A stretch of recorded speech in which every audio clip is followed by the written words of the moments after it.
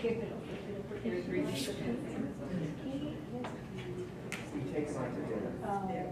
Even if it's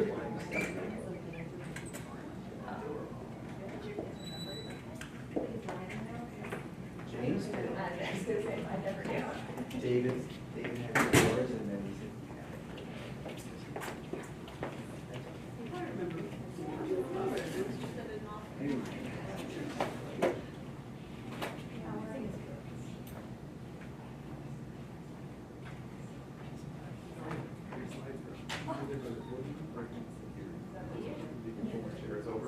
Good evening. I'd like to call this meeting to order.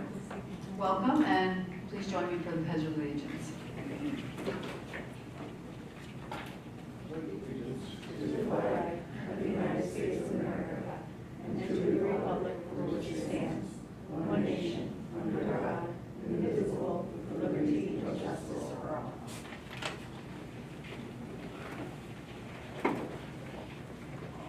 The district clerk will administer the oath of office to David Finch for a 3-year term commencing on July 1st, 2025 and ending on June 30th of 2028.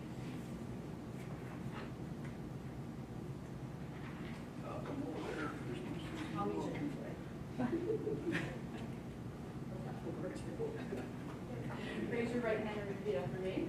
I do solemnly swear that I will support the Constitution of the United States of America and the Constitution of the State of New York, and that I will faithfully discharge the duties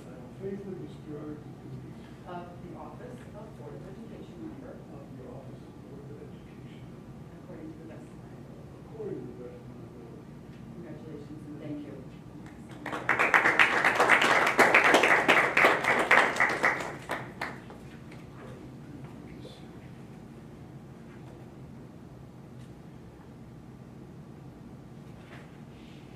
The district clerk will administer the oath of office to Mariah McDonald for a 3-year term commencing on July 1st, 2025 and ending on June 30th, 2028.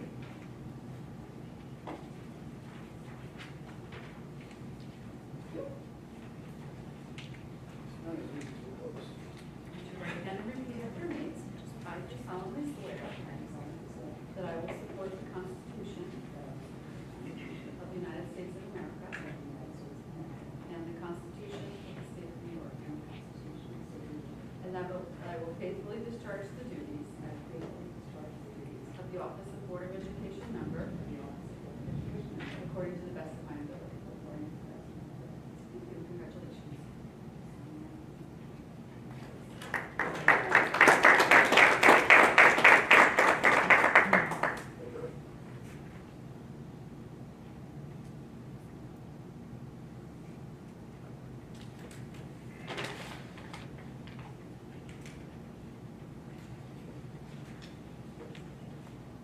I need a motion to approve the agenda for the business meeting and the reorg meeting of July 14th, 2025. Eric and Angela, all those in favor? Aye.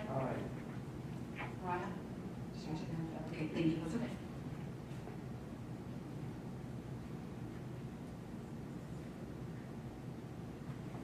The district clerk will call for nominations for the office of board president. Is there anyone who would like to nominate somebody for president of the Board of Education? I'll nominate Tracy Young. Do I have a second? I'll second that.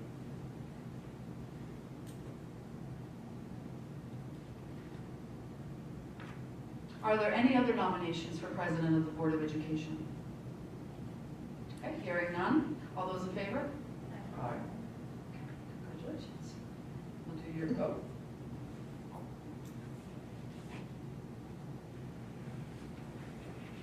Raise your right hand and repeat after me. I do solemnly swear that I will support the Constitution of the United States of America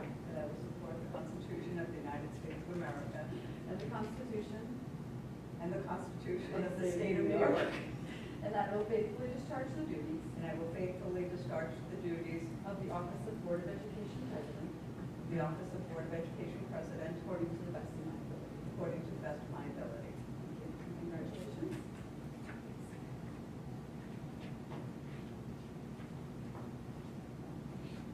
At this point, the remainder of the meeting will be turned over to Tracy.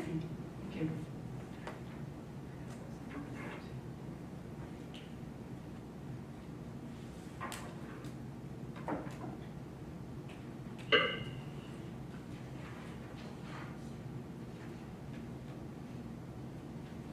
All right, I'd like to call for nominations for the office of Vice President, please.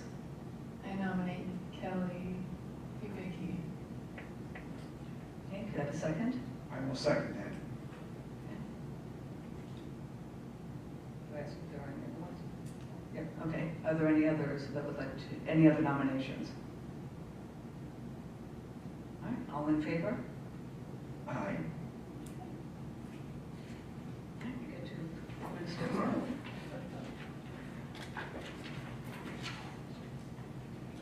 So, raise your right hand and repeat after me. I do solemnly swear that I will support the Constitution of the United States of America and the Constitution of the State of New York. And I will faithfully discharge the duties of the office of Board of Education Vice President according to the best of my ability. Thank you.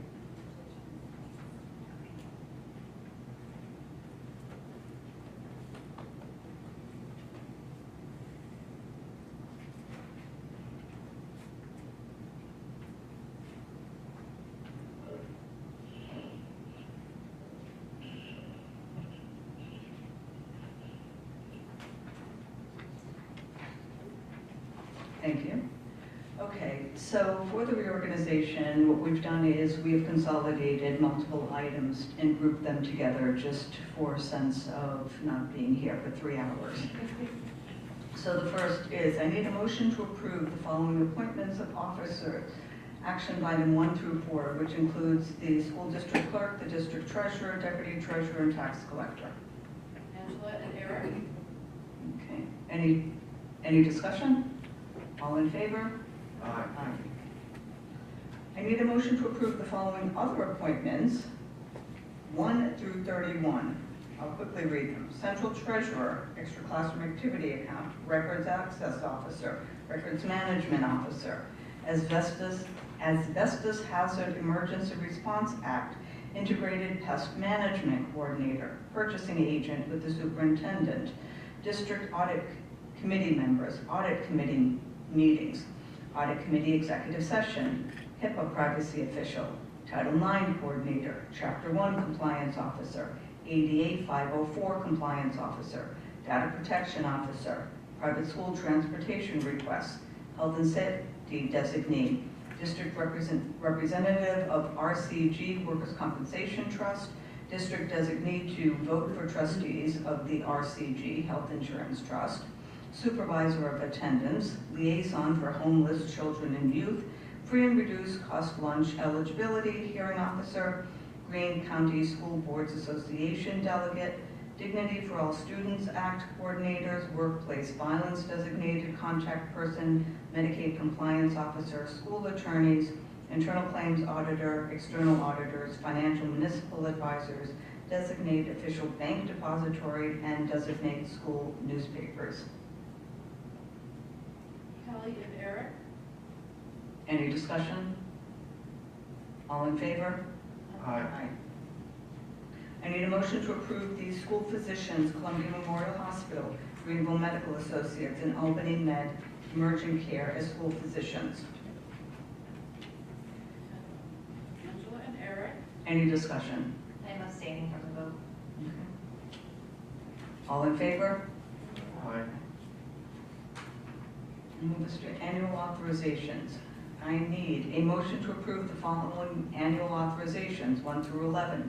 Certifier of payroll, authorize conferences, conventions, workshop attendance, establish petty cash funds, designation of signatures on checks, budget transfers, wire transfers, authorization to suspend students, authorization for bids, memberships in organization, authorization for filing of grant applications, and authorization to participate in BOCES bids. Kelly and Angela. Okay. Any discussion? All in favor? Aye. Official undertakings. I need a motion to approve the following official undertakings, action items 1 through 3. Bonding of officers, loans of the general fund, and investment of funds. Eric and Angela. Any discussion? All in favor? Aye. Other items. Motions to approve other items 1 through 11. Mileage reimbursement, free and reduced price breakfast and lunches, school breakfast and lunch rates. Rates for school vehicle use, impartial hearing officers, Committee on Special Education, Subcommittee on the Committee on Special Education, Committee on Preschool Special Education, alternate chairpersons for the Committee on Special Education and Preschool Special Education, rates of pay, standard workday resolutions and ERS workday resolutions.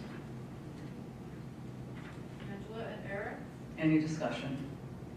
All in favor? Aye. Any? Thank you. All right, so now I need a motion to adjourn the meeting and follow up with the business meeting. Angela and Kelly. Any discussion?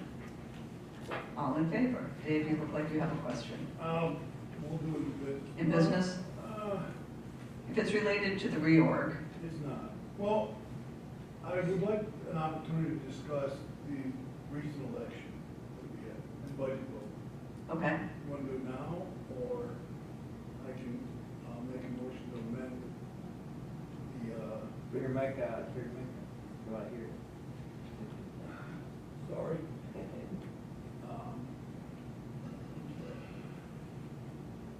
We can do it during the business meeting. Whatever you prefer. Let's talk, we'll have to amend this agenda, you know. We're gonna have to amend either agenda. Okay. Definitely. I'm confused because I'm not sure what you're asking. Do you want to amend the reorg agenda or do you want to amend the business agenda? I want to have an opportunity to discuss the recent election the community just went through and budget vote. I thought it would be appropriate to do it during this meeting, During the business meeting? no, during the Okay. reorg meeting, unless you don't agree with that. If it doesn't have anything to do with the reorg meeting, because it really, the reorg is just appointing people. We should probably do it in business then. Okay. Yeah, Very good. So then let's amend, we're gonna switch over, let's amend the agenda, and then we can figure out if we wanna put it in discussion or where we want to, and let's just add it in. Okay. So then, I still need a motion. To adjourn. no, we got that, that's done. Now we Okay, started so we have the discussion, any other discussion points? All right, then all in favor to adjourn the reorg and proceed into the business meeting? Aye.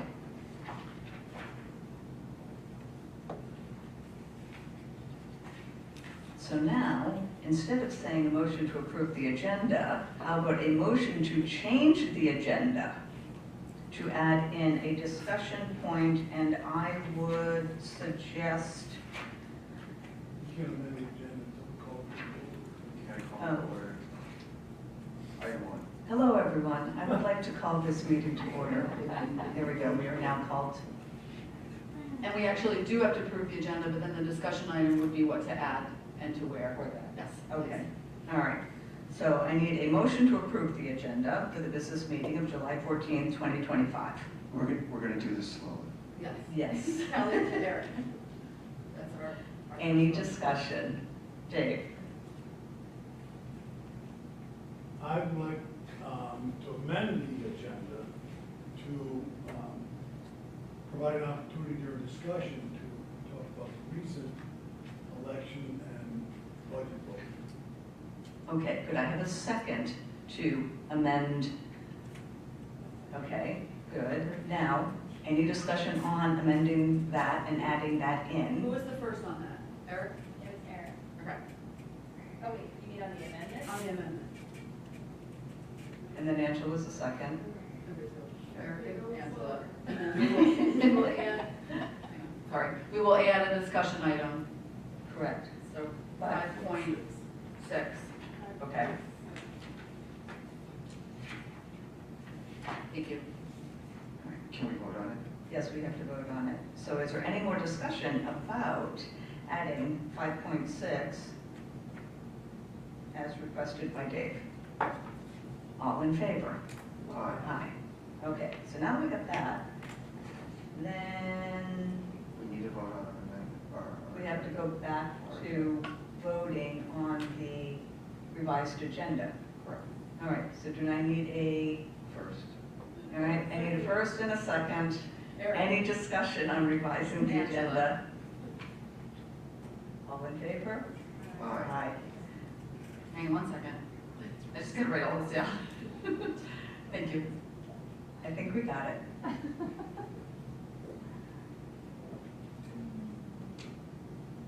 Good? Okay. Good, Daphne? Yep, we're good. Okay, all right. Then, I'm going to move us on to open forum. So the Greenville Central School District wishes to facilitate public access to meetings of the Board of Education and to provide an opportunity for public comment at these meetings. Accordingly, the open forum provides an opportunity for members of the public to share thoughts about topics on the agenda. An individual's comments shall be limited to 5 minutes. Additionally, comments may be emailed to the district clerk, Daphne Pearson, using the email pearsond@greenvillecsd.org. In order for an email to be read during the meeting, it must be received by 4 p.m. on the day of the meeting and state that the email is to be read out loud. Emails shall be limited to 600 words. Please note, this is not the time to register complaints that need to be addressed confidentially through the proper channels. Remarks that might be considered defamatory, obscene, profane, stigmatizing, or otherwise impermissible in public forums are prohibited and will be declared out of order. Board members actively listen during the open forum but may not immediately respond to comments. Do we have anyone that would like to speak? Sarah, go for it. Please identify yourself, just for the record. I'm Sarah Statham. I am the track team coach, and I just came to give my season overview. So this was our 3rd season, and we had 19 students on the team this year, and we did end first place in our conference. So I just want to give a shout out and let you know kind of how we did through the year. So we had many top 25s in our conference. Jack Kropp came in first in our conference and 16th in the state with a season average of 23.9. Just so you know, the highest average is a 25. 3rd in our conference and 38th in state was Ian Lafferty with a 23.4 season average. And 6th in our conference and 90th in the state was Zach Bratt with a season average of 22.70. Some honorable mentions in our conference: Chris Hawk was 10th in our conference with a season average of 22.10. Cooper Holbert, who is a Caro student who is on our team, it was 11th in our conference with an average of 21.9. Number 13 was Colin Alverson with a season average of 21.7, and Nikki LaCory was 22 in our conference with a season average of 21. We also had 2 female athletes in our conference that placed: 11th, Simone Beaumont, and 16th, Willow Case. She is a homeschooled student that belongs to our district. Also this season, we had many kids who joined the 25 Straight Club, which is they shoot a straight 25. That was Ian Lafferty, Jack Kropp, Chris Hawk, Zach Bratt, and Cooper Holbert. Jack also in one of our practices shot a 75 straight, so he did pretty well. We also attended states in June, and our team finished 11th out of 45 teams. And at states, Ian shot a 25 straight with an overall of a 93, placing him, he was 93rd overall, placing his rank in varsity in 8th place for the day. I just wanted to know some of the opportunities that our team members have because they belong to the track team. 2 of our students just recently went to New York State TU Trout Waters Youth Camp with scholarships. The camp cost $800, but they got full scholarships thanks to New York State Outdoor Writers Association and the Columbia Green Sportsmen's Association. They learned how to tie flies, cast, fish, entomology, ecology, and conservation, as well as having one-on-one lessons fly fishing in the Delaware River. Also throughout the season, when we're not actively shooting for the team, for the school, they, many of our kids shoot with the Capital Region Track League with our Rensselaerville Rod and Gun Club, which allows them to shoot at all different clubs throughout the summer. And they also shoot throughout the summer at a reduced rate at multiple clubs in the area. Finally, I just want to congratulate 2 of our seniors who were both founding members of the team that graduated this year. Jack Crabb, who is the team captain, who was the person who wanted this team started. He just graduated salutatorian and is headed to Clarkson to pursue his degree in mechanical engineering. And Nick Gerken, also founding member of the team, graduated with all of his requirements, including his CDL from the heavy equipment program, and is attending Hudson Valley Community College to study entrepreneurship and business while continuing running his own business he started 2 years ago, McGee Pickles. So these kids are great kids, and we had a great season, and I just wanted to tell you how we did.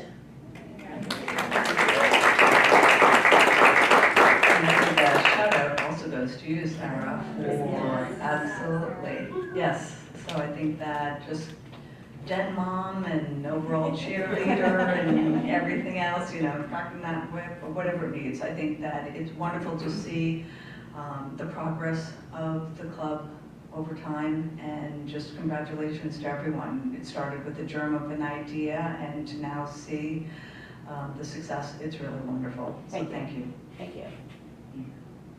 Is there anyone else that would like to speak? Do we have any emails? We do not. Okay, then I'm going to move us on. Let's see, we have the public hearing, district-wide school safety plan public hearing. Is there anyone that would like to speak? Is there anyone? Do we have any emails on the subject? No. Can I conclude it then? All right, I'm going to conclude the public hearing. Thank you. All right, discussion points. I'm going to invite Janelle Bucci, PTSA president, to please come down, and you can either have the option of the table and or the podium, really. So We're all gonna go up, so we're. all right, come on down. We'll just wheel this up. I think that when the request was made, it was wonderful. Groups coming, I guess. Yeah, it was Yeah. and then I talked about it. No, I thought that was a great idea. Thank you. We did not have a choice. Oh, thank you. And so really what I would just say, it's less for us because we know you, but more for the record, you know, just state your names and tell us a little bit about the organization, and please share the wonderful things that you're doing. So we wanted to come and speak to you all and share what we worked on the prior year, what we're looking to do this summer, and what we're going to do next year as well. So put together a little slideshow. Okay, you can see all of us, who we are. I'm Janelle Bucci. I am the president of PTSA. Aaron Gutierrez. I'm a vice president, which I practice saying, but still managed. Rochelle Martin is my secretary, and Christy Ross is our treasurer.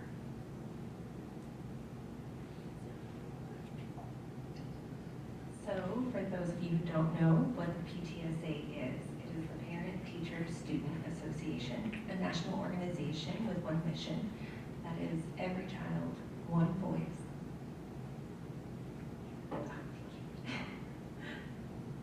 So what does that mean, every child, one voice? It means that the PTSA's mission is to make every child's potential reality by engaging and empowering families and communities to advocate for all children. When it comes to engagement, as far as we go, we are involved in the school and the community, whether it's being part of the building and district level teams, working on the continuous improvement plan, or planning community events. PTSA works to build stronger schools and a stronger community. For empowerment, we aim to foster a space where caregivers can feel safe to bring their concerns and find resources to become more involved in their children's education. And advocacy by working at the unit, regional, state, and national levels to ensure that educational standards and policies benefit all children. So who are our current members? Currently, we have 22 parents and caregivers, 9 faculty and staff members, and 2 community members in our unit.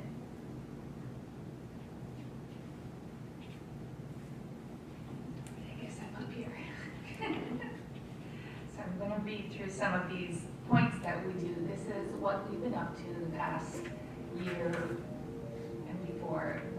We get questioned a lot about what does the PTSA do and why should I be a member. So this will highlight some of the things that we've been involved in with the school. Install donation bins in the Ellis parking lot. Those bins created a convenient year-round way for the community to give back. Those bins are, I guess, we don't have to pay any rental fees or anything for those bins. They bring them up, they empty them when they're full, and they send us a check each month, and that gives us money towards the PTSA fund to do things for the community and the students.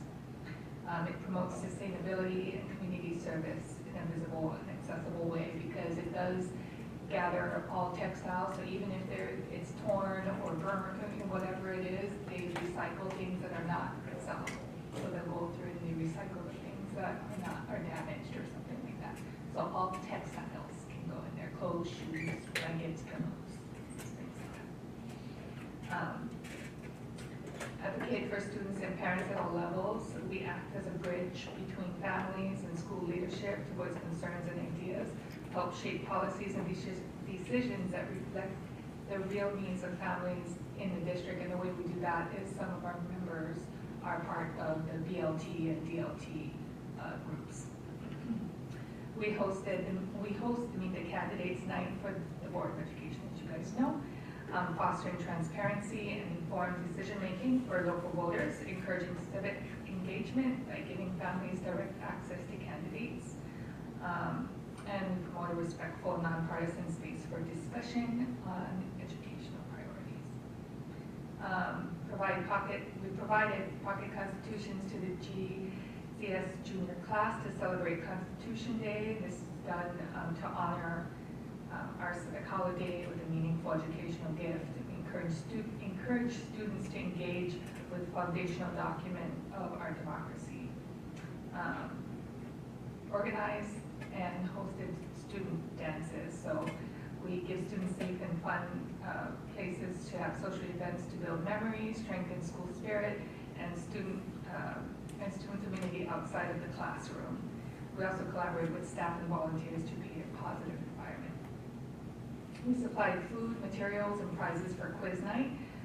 That helps make the academic event fun, engaging, and rewarding. Support students, families, and staff with resources that elevate the experience. We enforce the values of learning through celebration and friendly competition.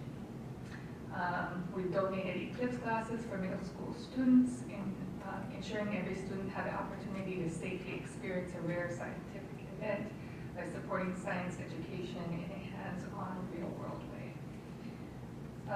We planned and executed Teacher Appreciation Week events, recognizing the hard work and dedication of our educators in a meaningful way, boosted morale and school spirit among staff, partnered with parents and volunteers and local businesses to show collective community gratitude. And we partner with the MS and HS principals to create fun, immersive student experience. We've collaborated on events such as plays that connect students to school life beyond academics and help create more joyful and memorable student experience here at the school. We're always striving to find new ways to connect our community, school, and families.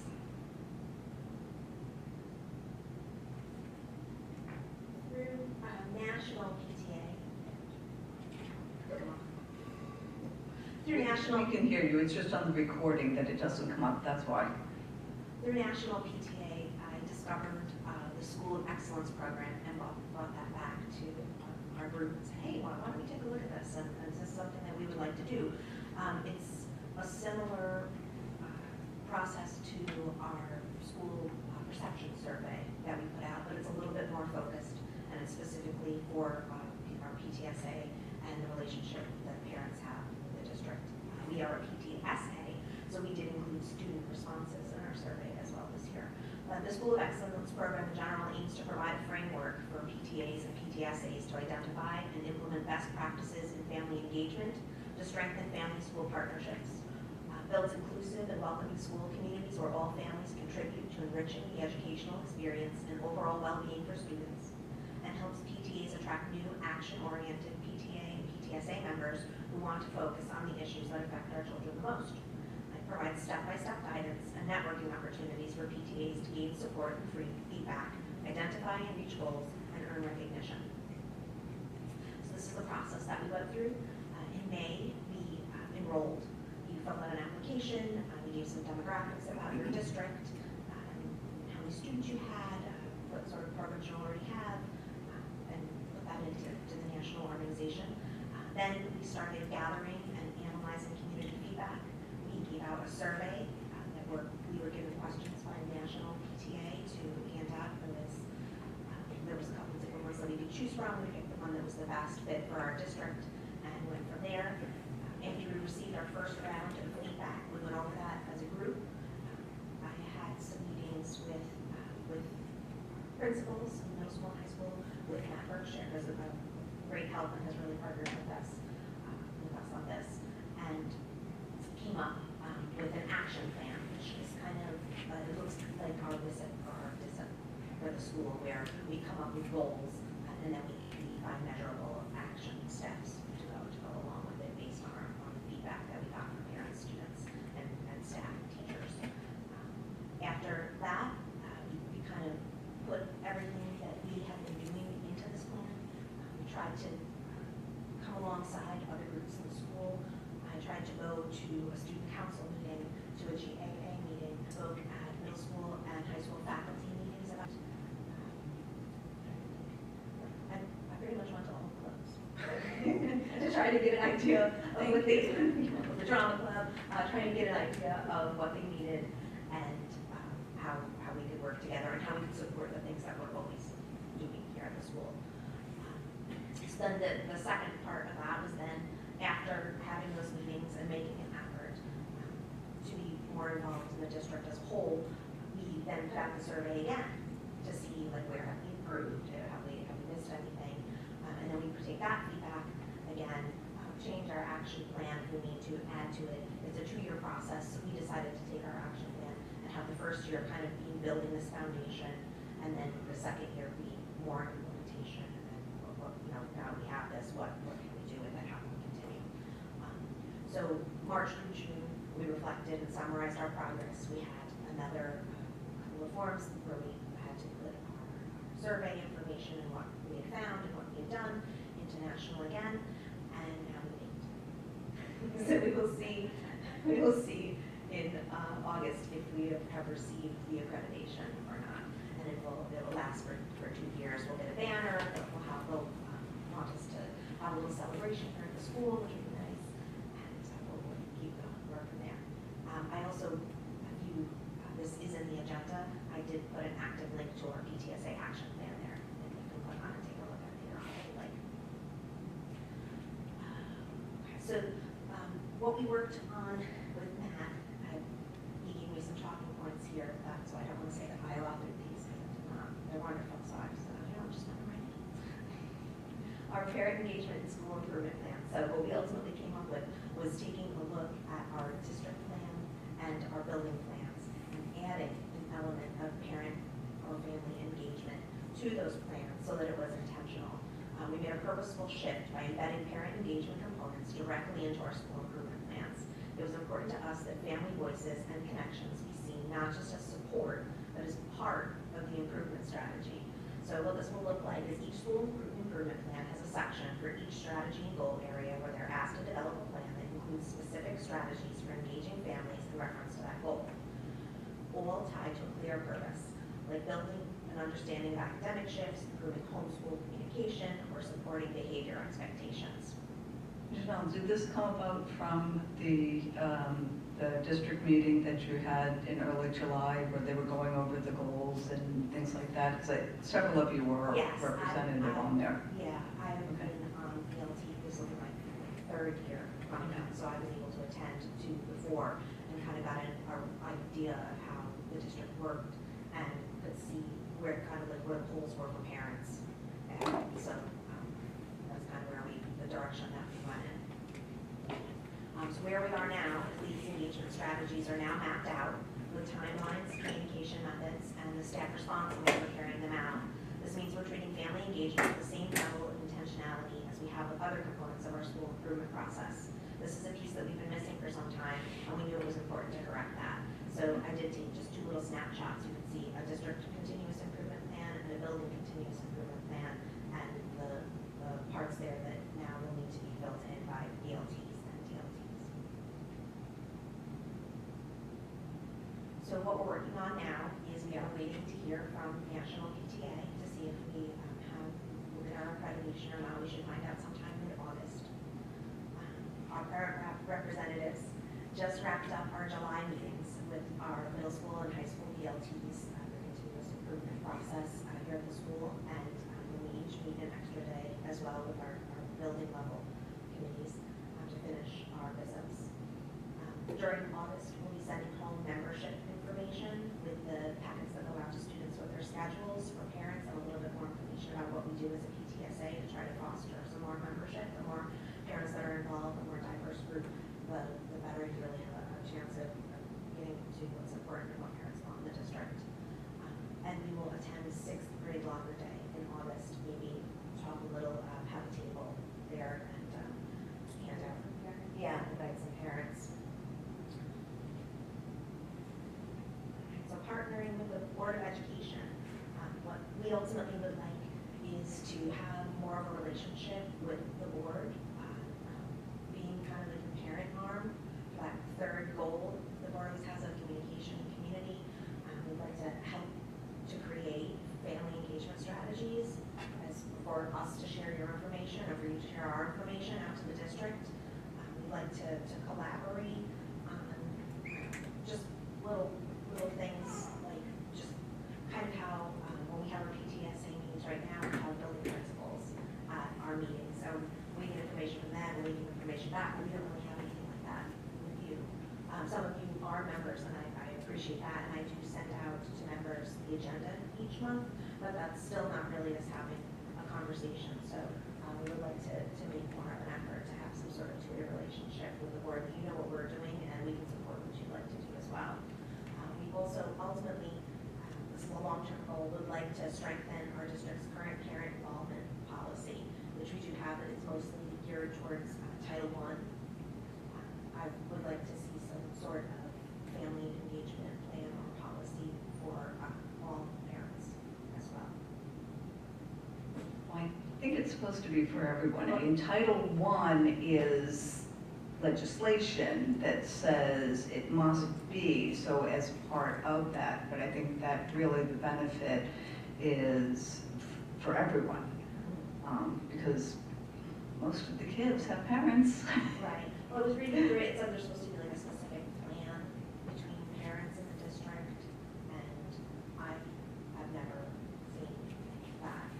Does anyone know what do you know what I'm talking about? I do. So there's a connection actually to the work that you've been participating in through school improvement with Matt. So the work that happens through BLTs also kind of checks the box, so to speak, for some of the work that we have to do for Title I funding. Right. So that's what it's specifically referencing. Could it be enhanced and built Right. upon? I was looking Absolutely. for something more just specific to the district that was more personalized, that's all. So that's my. And also the thing with Title I, then it, in the sense that we want to broaden it, in that Title I is economic based, correct? And so really what we're looking at is being able to reach all parents regardless of, I think, their economic situation, because we benefit from hearing diverse opinions. So that's a great idea. Mm-hmm. I think the other thing is if you can share with Daphne when the meetings are, and perhaps some of us can sign up either to come to one and so forth, then. We did get all our dates on the school calendar this year already. Okay. It's there, but I have no problem just sending them over. Right, because then she can shoot out an email and everything else. Perfect.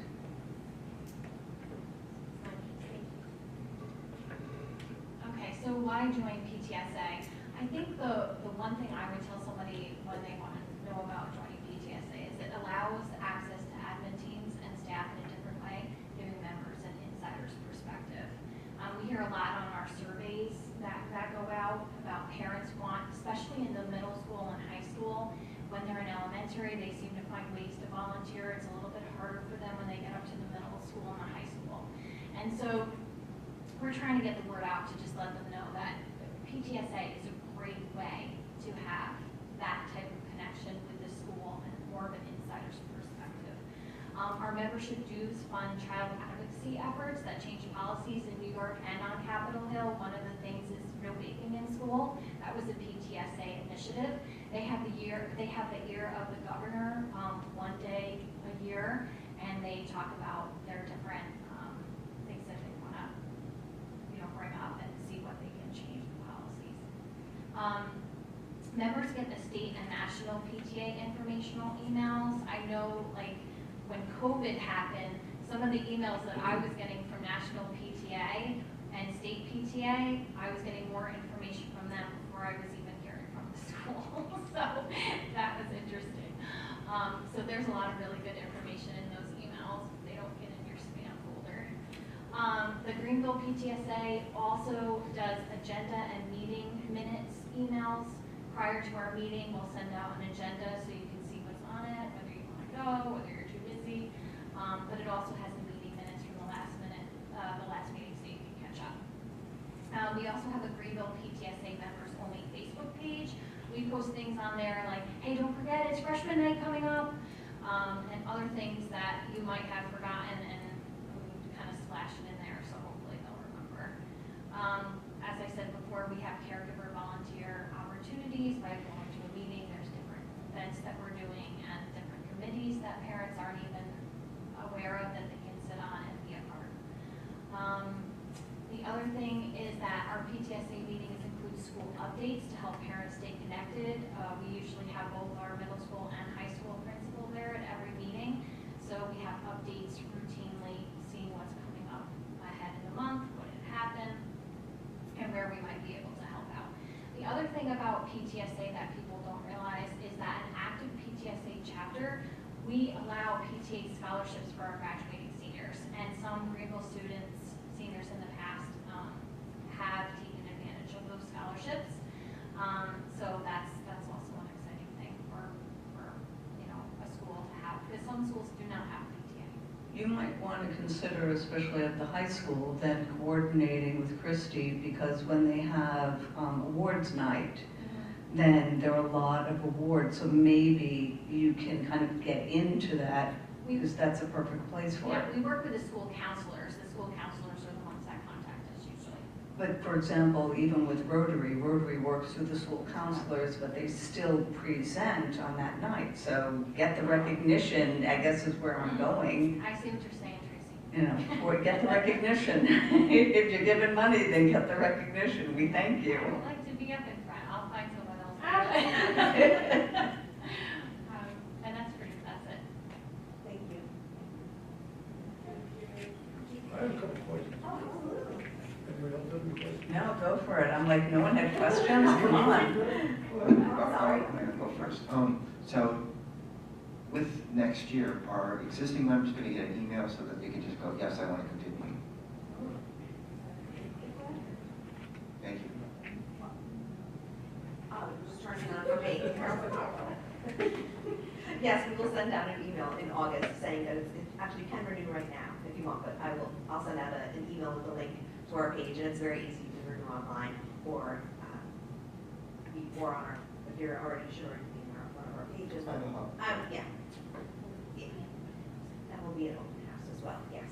But, and the principals are great. They also put our membership forms in everyone's mailboxes here at the school. So. And we posted on our private Facebook page that's members only, our Facebook group, and they're all in there already. So there's multiple places.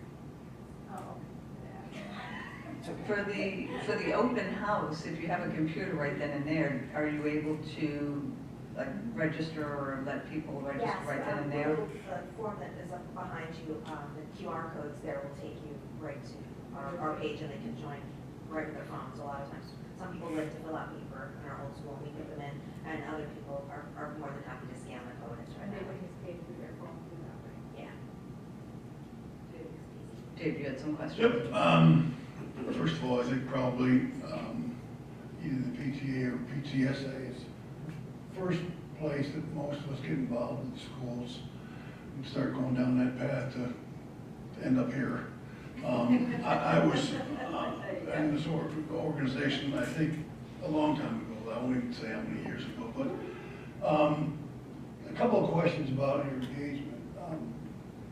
That was identified as a weakness. Yes, Parent engagement was identified through your survey, right? for our district and for our PTSA as well. Okay, meaning they're not engaging in PTSA, right? Just And, both. okay, and you're looking for ways to go, have it tighter. Right, to have the Board. intentional. Another, I agree with that, actually. I wish some of your members would attend board meetings, and even if they're not a member, any way that you can encourage people to come to board meetings would be very helpful. That's one of the reasons that I'm here. Yeah, I appreciate that. Share back. Another question is, you mentioned that if, slightly mentioned it, but if someone brings something to your attention, an issue that they have, either an individual or a group, what's the avenue you use to move that forward? Well, there is a chain of command for things here at the school, so that is part of our job, is to teach parents and to advocate for themselves and for their children. So it would be pretty much guiding them through the, did you speak to this person first? Oh, that's what this person does, let me connect you with them. So that's. So if you're the median for that, you must know what the results are. Are the parents generally satisfied with that process, and then how they make out with their situation as far as feedback? The parents who have come to me personally, I will follow up with them, and the majority of the time, I can only meet one time that they weren't pleased, but still received a response. One of the specific things that I was just thinking of from our survey is that parents said that they would like more involvement in the budgeting process. I'm not sure exactly what that would look like, whether we just share things out in our meetings or whether in the Spartan Spotlight we have a little something extra for parents about what's going on during budget times. But like I said, if we can meet with you or someone during the year, that we can hash out more specifics on that. And one possible way may be including the dates of the budget meetings, so that one of the things that worked well for us before is scheduling it on the same night. So you have a PTSA meeting and then you have a budget meeting, so everyone just goes over. But that may be something, if members are saying, well, I think the first step is knowing, well, what are the dates, when does it happen? So perhaps that could be a start. They definitely said that as a district that we are doing a good job communicating. They would just like more personalized information, things that are more specific to either their child or their building. I have a question about just fostering more communication between your group and our group. What does that look like for you? Does it look like a quarterly come to our meeting and speak to us, or how does that look to you? Well, this was the first step. We've never done this before, and this was one of the things that we did put in our action plan, was to at least once a year come and talk and tell you the sort of things that we're doing. The second part of that would be figuring what you all are comfortable with, or if you want to have someone who each month is assigned to us, or someone. I don't want to say that this is what I want you to do. I would like you guys to find what's most feasible and what doesn't add extra work. If the parents are generally interested in, and genuinely interested in the budget process, at one time we had a budget advisory committee. I think it was only eliminated 4 years ago. But I really, since you mentioned that, I'm struggling to figure out how, unless they come to a meeting and stand at the podium and say, we'd like this, this, this, this. I really don't see an avenue of where it would be more formal, and I'm saying that there should be. I think I can be on record as being an advocate for more information from the public about what they want to spend their money on. So I wish you would work on that. Absolutely. And I think I'll interject that we've had workshops, and they can certainly come and participate in the workshops, right? So, It's hard because when you think of engagement, it's automatically like, bottoms in the seats, how many people are gonna come out for a workshop. So, even as a PTSA, we're gonna start doing some things a little bit like you do, like you record the meetings. I was just gonna say, this is wonderful. I do a lot of things outside of the school where I talk with other parents in other districts, and they don't have this. So the Greenville has live meetings and has them recorded is absolutely wonderful, and that is definitely an engagement tool. That's even something that we could measure to see if you see more hits go up or more people are watching the meetings. That means that we've found that out there. So that's an actionable, easy step. Is just trying to advertise when the meetings are and that they can watch, and that's something that we can be involved with as well. But that is sort of the difficult thing, is coming away from having people have to show up to be engaged, which I know sounds kind of silly, but that is kind of where we have something on one date at one time. So if you don't make that, you don't get any information. That's one of the reasons, like I switched to the digital agenda with active links, like you guys have in the board. But even Word docs can be a little tricky. I don't know if all parents know how to navigate that, so that's also something we can work on. So those are the kind of ideas that I'd like to work on with you. And in fact, I will volunteer myself. I'll come to a meeting and show how to use board docs for that, because it's once you get the hang of it, it's great for information and everything else. And I do agree. I think with technology nowadays, to be able to watch the meeting while you're doing dishes and watching the kids, really goes far. Right, when you can take the information and you can consume it on your own time, that really is when you have the highest chance of people listening and being involved.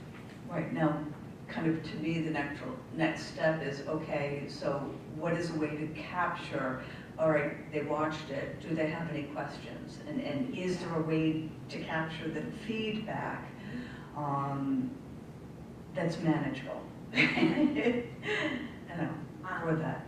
At our School of Excellence program, we only had to do a survey the 2 times, but next year that is definitely something we could incorporate too, is just kind of putting a feeler out there for parents and community members on, are you watching, are you listening, or have you seen this, just so we can kind of get a pulse on if the information is getting to them. And I think also the topics, they're set pretty far out, aren't they, on the calendar? Like, it says specifically what's going to be on it. Yes, on our.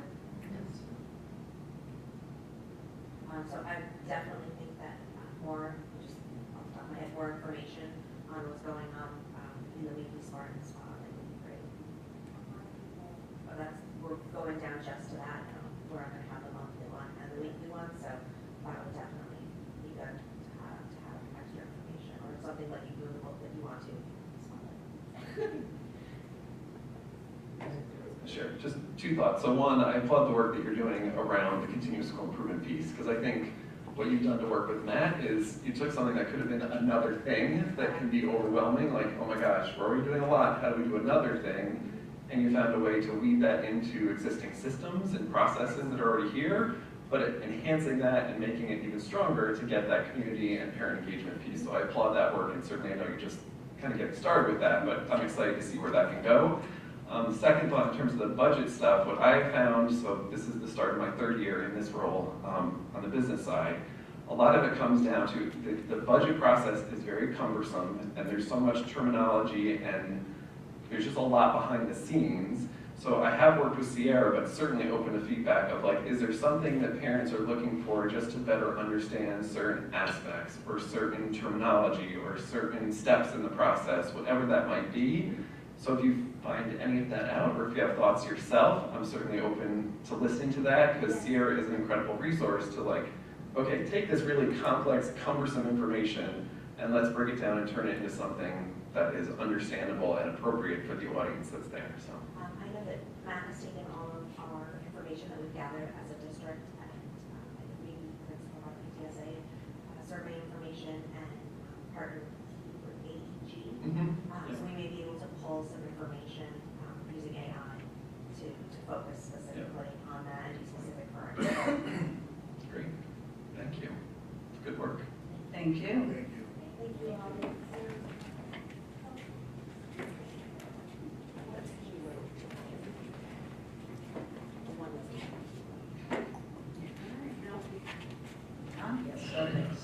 like to, let's see, move us on and invite Josh Robin. I'm assuming that's you, because I didn't recognize the face, from Cornice Technologies to talk to us about the EV bus study. I'm gonna be the Gloria. Go for it, absolutely. Grab a microphone. Yes. So I'll just do a little intro here. So about a year ago, we started working with Josh and his team around an EV bus study. So it took us a little time in getting started because the work that they actually are doing for the district is paid for through grant work through NYSERDA. So there was a decent amount of time that we were waiting for NYSERDA to approve it so that the work could continue and the funding coming through that side. Josh and his team has met with us a number of times over the past, I would say, 8 to 10 months.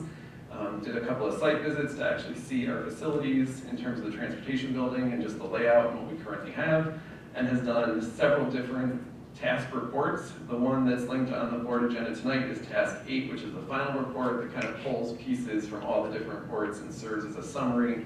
The idea being this is the start of the roadmap for looking at us as a district transitioning to electric buses. So with that, I'll turn it over to Josh. That was really good. That was excellent. So yeah, I appreciate everybody's time and inviting me here to speak to you guys. This study is essentially the first step in your planning activities for electric school buses. New York State has the mandate currently that says come 2027, you can't purchase anything except for a zero-emission vehicle to transport students. The only option currently is an electric school bus. So you're purchasing electric school buses in 2027, and your entire fleet, based upon that mandate, needs to be completely 100% zero emission by 2035. So this raises some operational issues when you're looking at fiscal responsibility. How is this going to work? Coordinating with the utilities, looking at your routes. So that's really what this study does. It looks at what are your current routes, what is your feasibility, how many of these routes actually can work with today's technology? What are the costs associated with these things? What is the infrastructure required to charge the batteries of these vehicles? Because now it's not fuel, it's electricity. We wanted to kind of break it up to make it more digestible, and additionally knowing that NYSERDA is a separate entity, and they have their own motives for why they want these studies done.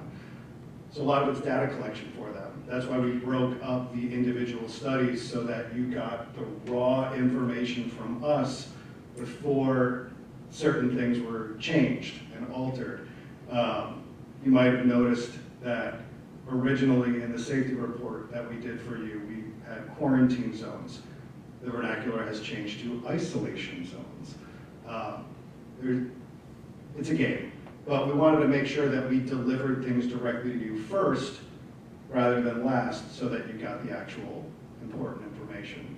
What this report pretty much says for you guys is based upon the kind of snapshot of your fleet, which is a constantly dynamic, shifting thing over time. We get to look at it once and then try and predict what's going to happen up through 2035.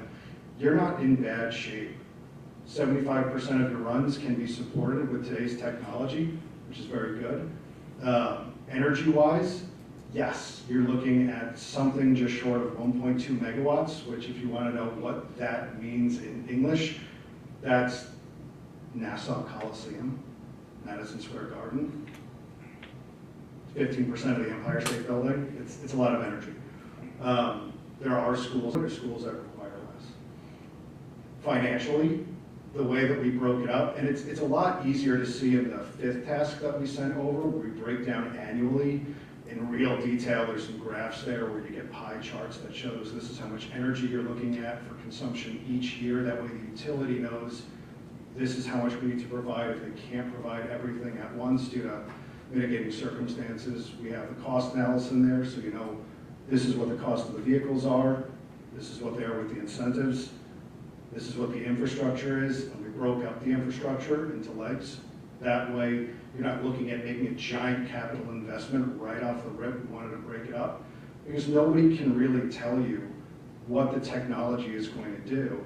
Right now, it's a 1-to-1 ratio or like a 2-to-1 ratio between chargers and vehicles.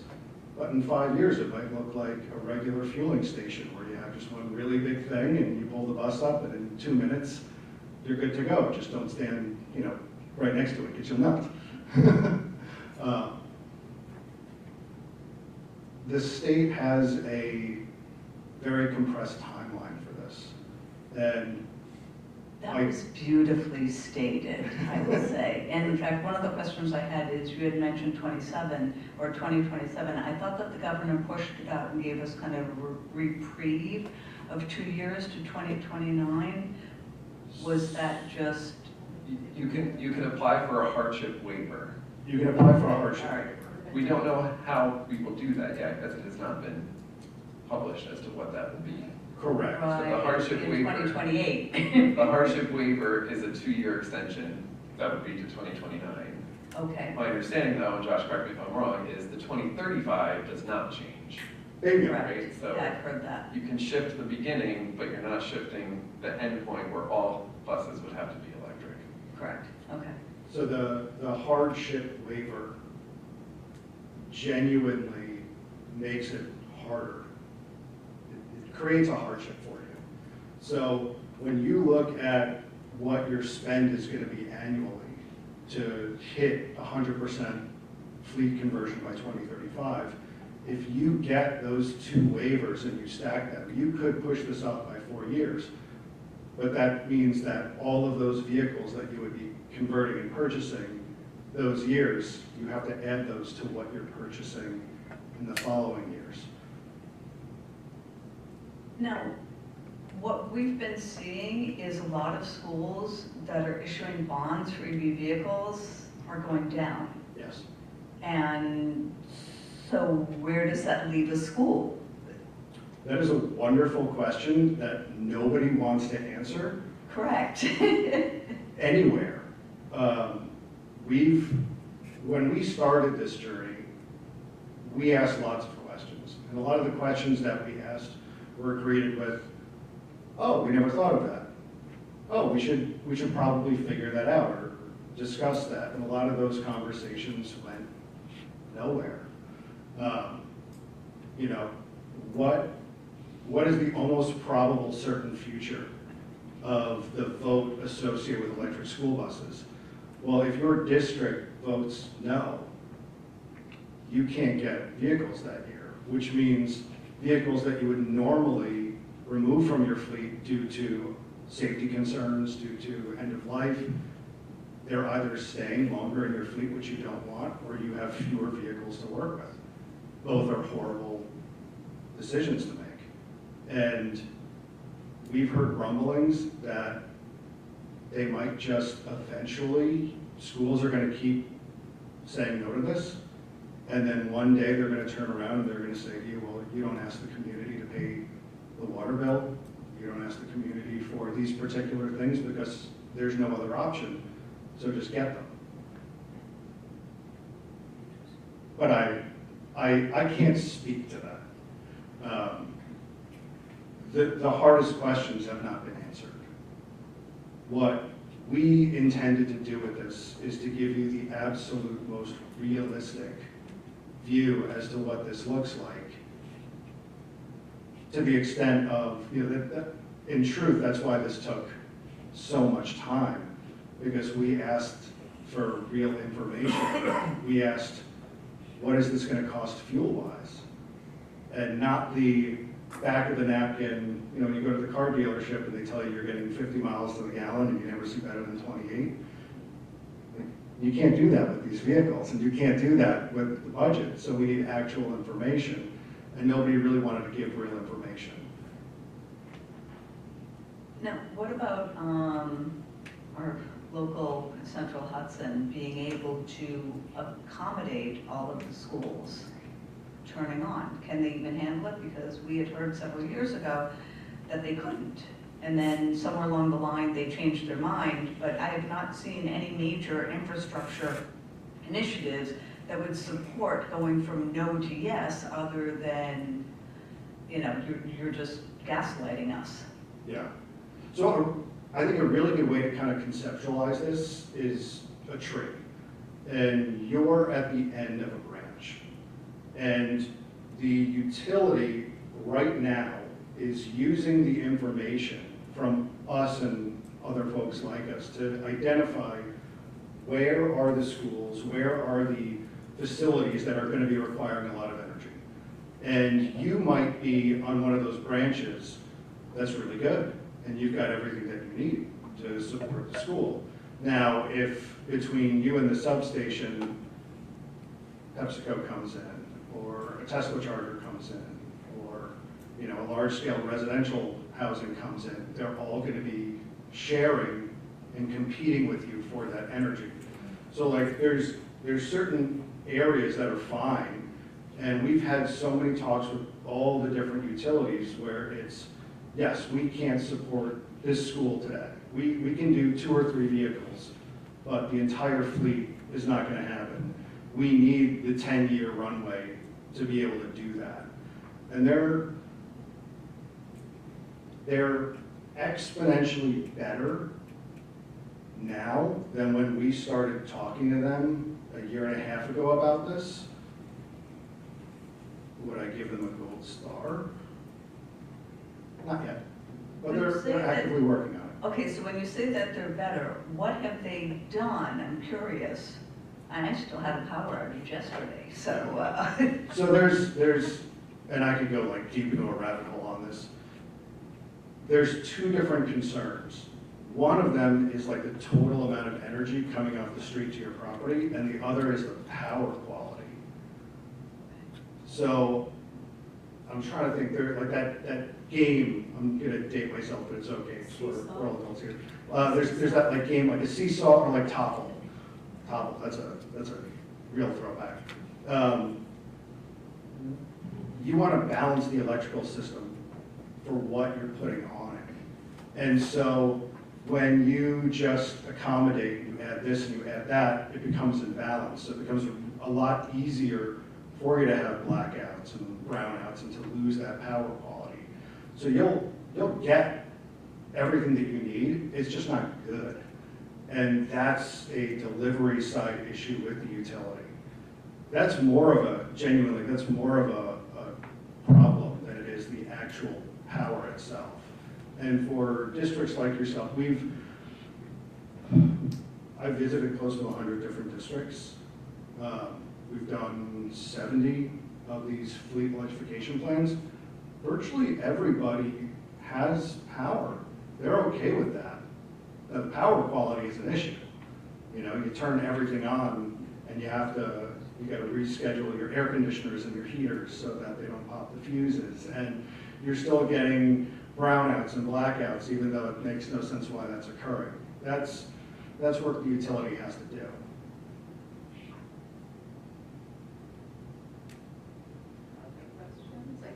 I do have one. So I noticed it said, and the colors were great. Green was really easy to see, and a little slice of yellow.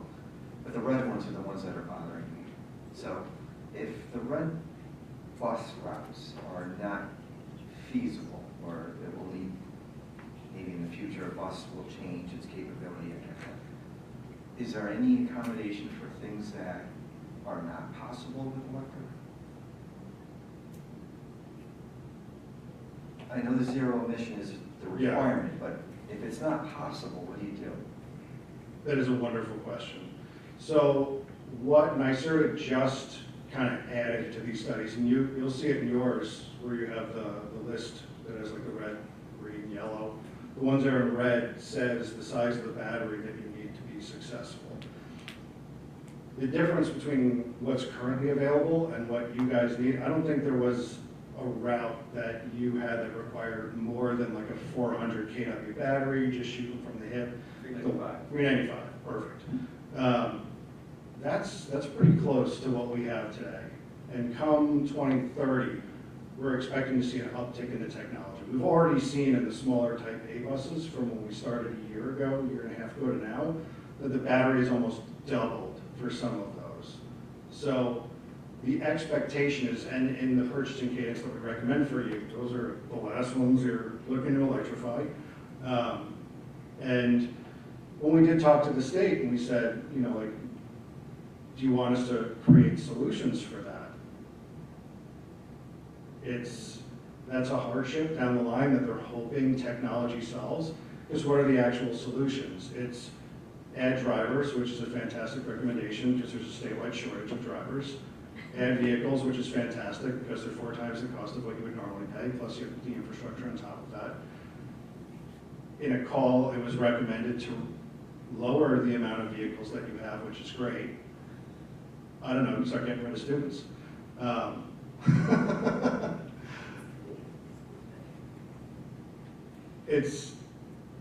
I believe, looking at your district, those routes aren't going to be the concern. The next hurdle is going to be, are they going to have a carve out or a cutout for your sports and field trips? Because forget about picking up and delivering students inside your district, you can't make it to another district. And if you can, you certainly can't make it home. Was there any discussion about being able to charge at different schools? I mean, really, the only way that this works is you drop the kids off, you take the bus to the back, and when you're at wherever, Maple Hill or wherever it is, you're charging the bus so that you can get back. Yeah. So I'm trying to package this in a really healthy way. Yes, it is being recorded. Yeah. So, if you go to another district, this is either going to be during the day, or this is maybe, let's use a sports trip example. That sporting event is going to happen somewhere between 3 o'clock and 7 o'clock. This is your high peak demand time. This is when electricity is the most expensive during the day. You need to ensure that that bus is going to be charged to get back to where it's coming from. So you want a very fast charger. So you're looking at the expense for the infrastructure to put something in that somebody's going to use to compete against you at the worst possible time during the day. And it's like you're not purchasing any of that for years. If somebody called you today and said, hey, we've got an electric school bus and we want to bring it by and all that, it's like, great. You're not charging it here. You also need to make sure that even though the plugs are currently universal, that the charger that you have on your property was actually bench tested with the other vehicle. Because there's a handshake that needs to occur. The batteries have a management system that makes sure that the majority of the battery is being used and the temperature of the battery is being managed, and that keeps everything copacetic. If that software isn't there for that charger, it's just going to go bus and it's going to turn on, and that marriage might not be as efficient. It might not be as consistent as what you would want.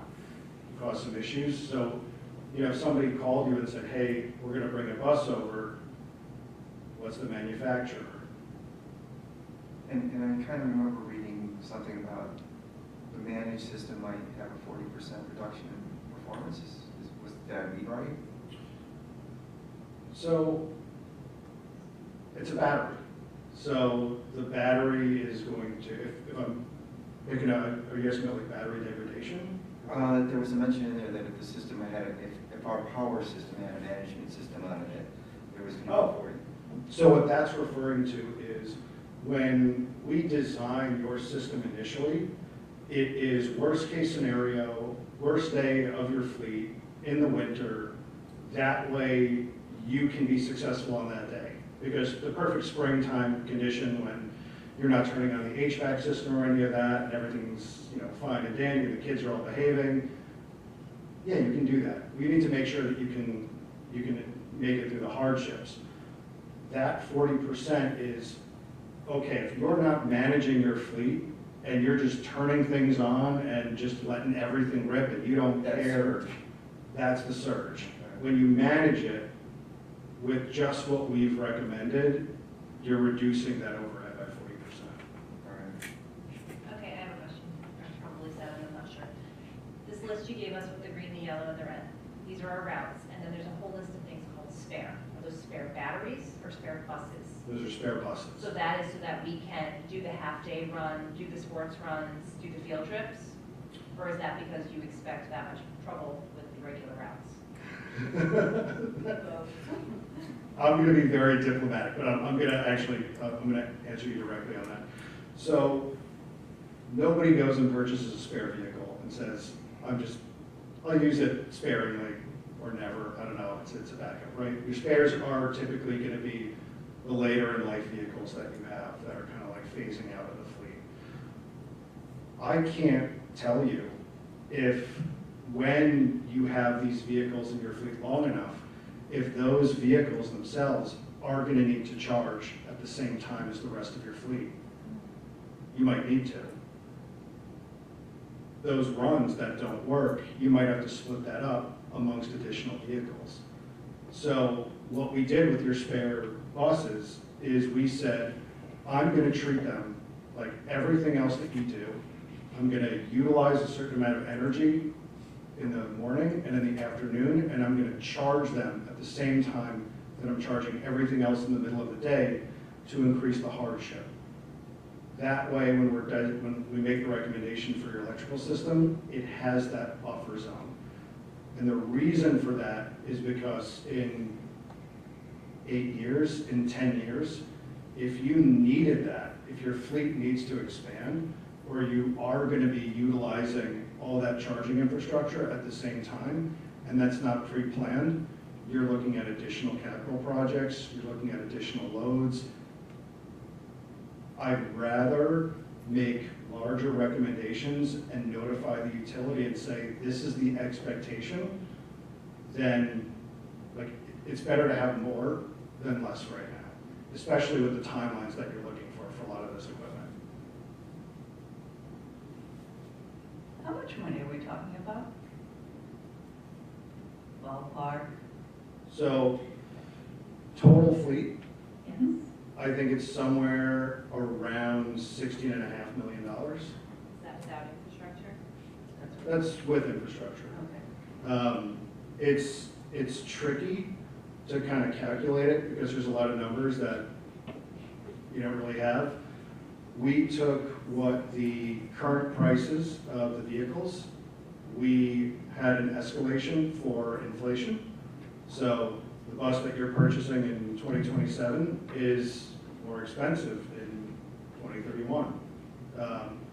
There's the incentives that we know are currently available, but when, like, we'll factor those incentives in, but when those incentives stop, we cut them off. It's a moving target. And what's important, what's really good is our electrical design team was so fantastic. They've done a really, really good job of putting together realistically what the infrastructure would look like. And so once again, like, this is one of a myriad of different plans that could be constructed or figured out for what you're going to do with your fleet. I think this is the most realistic, and this is one that isn't done from the perspective of, I'm an architect firm and I'm looking at a project that I'm going to bill you in the future. I'm looking at this from the perspective of, this is a taxpayer funded entity, we want to be fiscally responsible, and we want to make sure that you have everything you need to be as effective in this as possible. So as you move forward with this, if nothing changes, and it's the year that you're going to have a capital investment, capital project, you're going to start purchasing things, you will need to, you got to look at everything all over again and say, all right, this is what they said we're going to be doing. We go to your A&E firm, electrical design team, whoever you want, and then say, this is what we got. We got to just rerun the numbers, look at it, but it's like, it's pretty good. All right, so I have one last question. Go for it. I saw phase 1 had one line, and then phase 2 was everything else. So yes. That's real steep. So here's what that is. The first thing, which was the task 4 that we sent you, is what can you get away with doing the least amount of work. That's the most palatable thing. That is, when we did the site visit, that's phase one.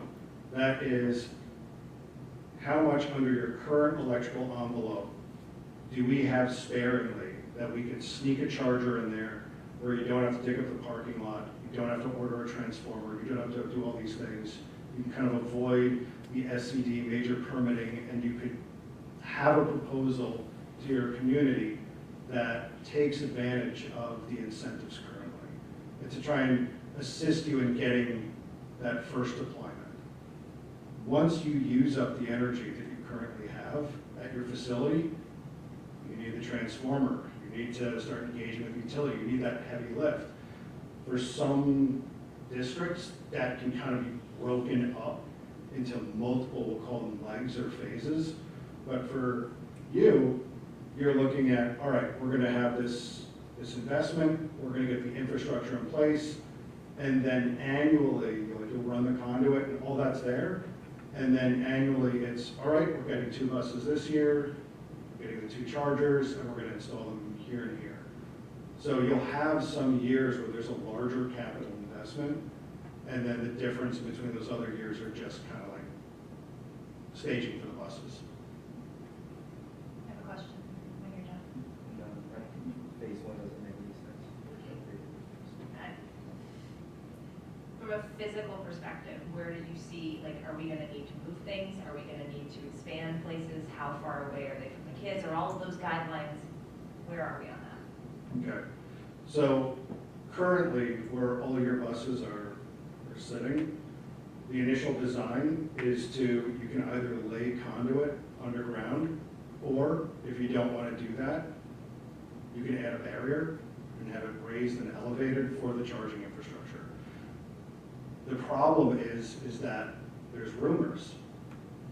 There's rumors of how far apart buses need to be. There's rumors of fire suppression and safety mitigation and all of that. None of it's in writing. Nobody wants to own those comments. So in the safety report that we delivered to you, we have some best practices recommendations, but is there a rule that says you have to have your buses 10 feet apart if you have 2 electric vehicles next to each other? No. We went and we reached out to the insurance companies asking, hey, this school is going to get an electric school bus.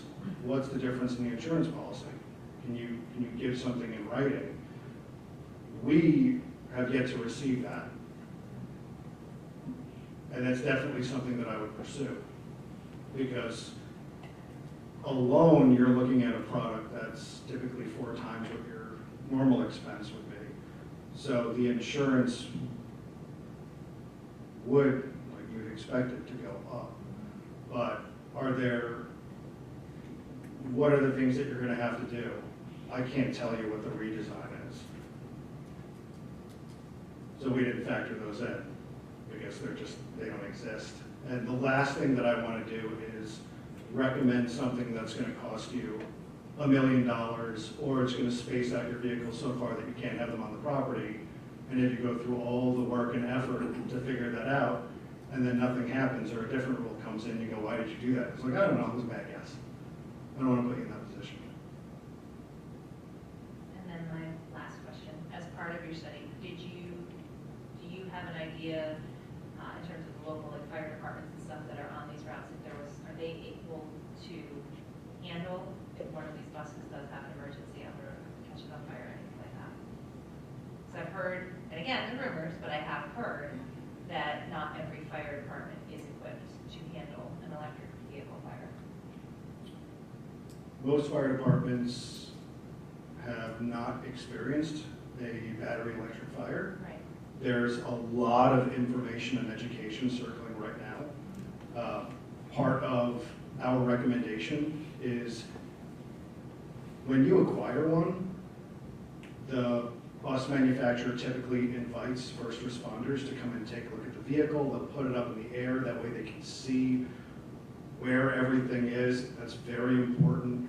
The vehicles come with it's an ESB, emergency service booklet. on like, these are the disconnects and this is what to do. It's really up to the fire department on how they want to respond to it. They're gonna have to make a decision on how do we approach this? Are we going to use a lot of water? Are we going to let it burn? Do we have, there's certain chemicals that are really good for smothering and cooling. But right now, there isn't that, I can't point to something and say this is exactly what the recommendation is and this is what they're gonna do.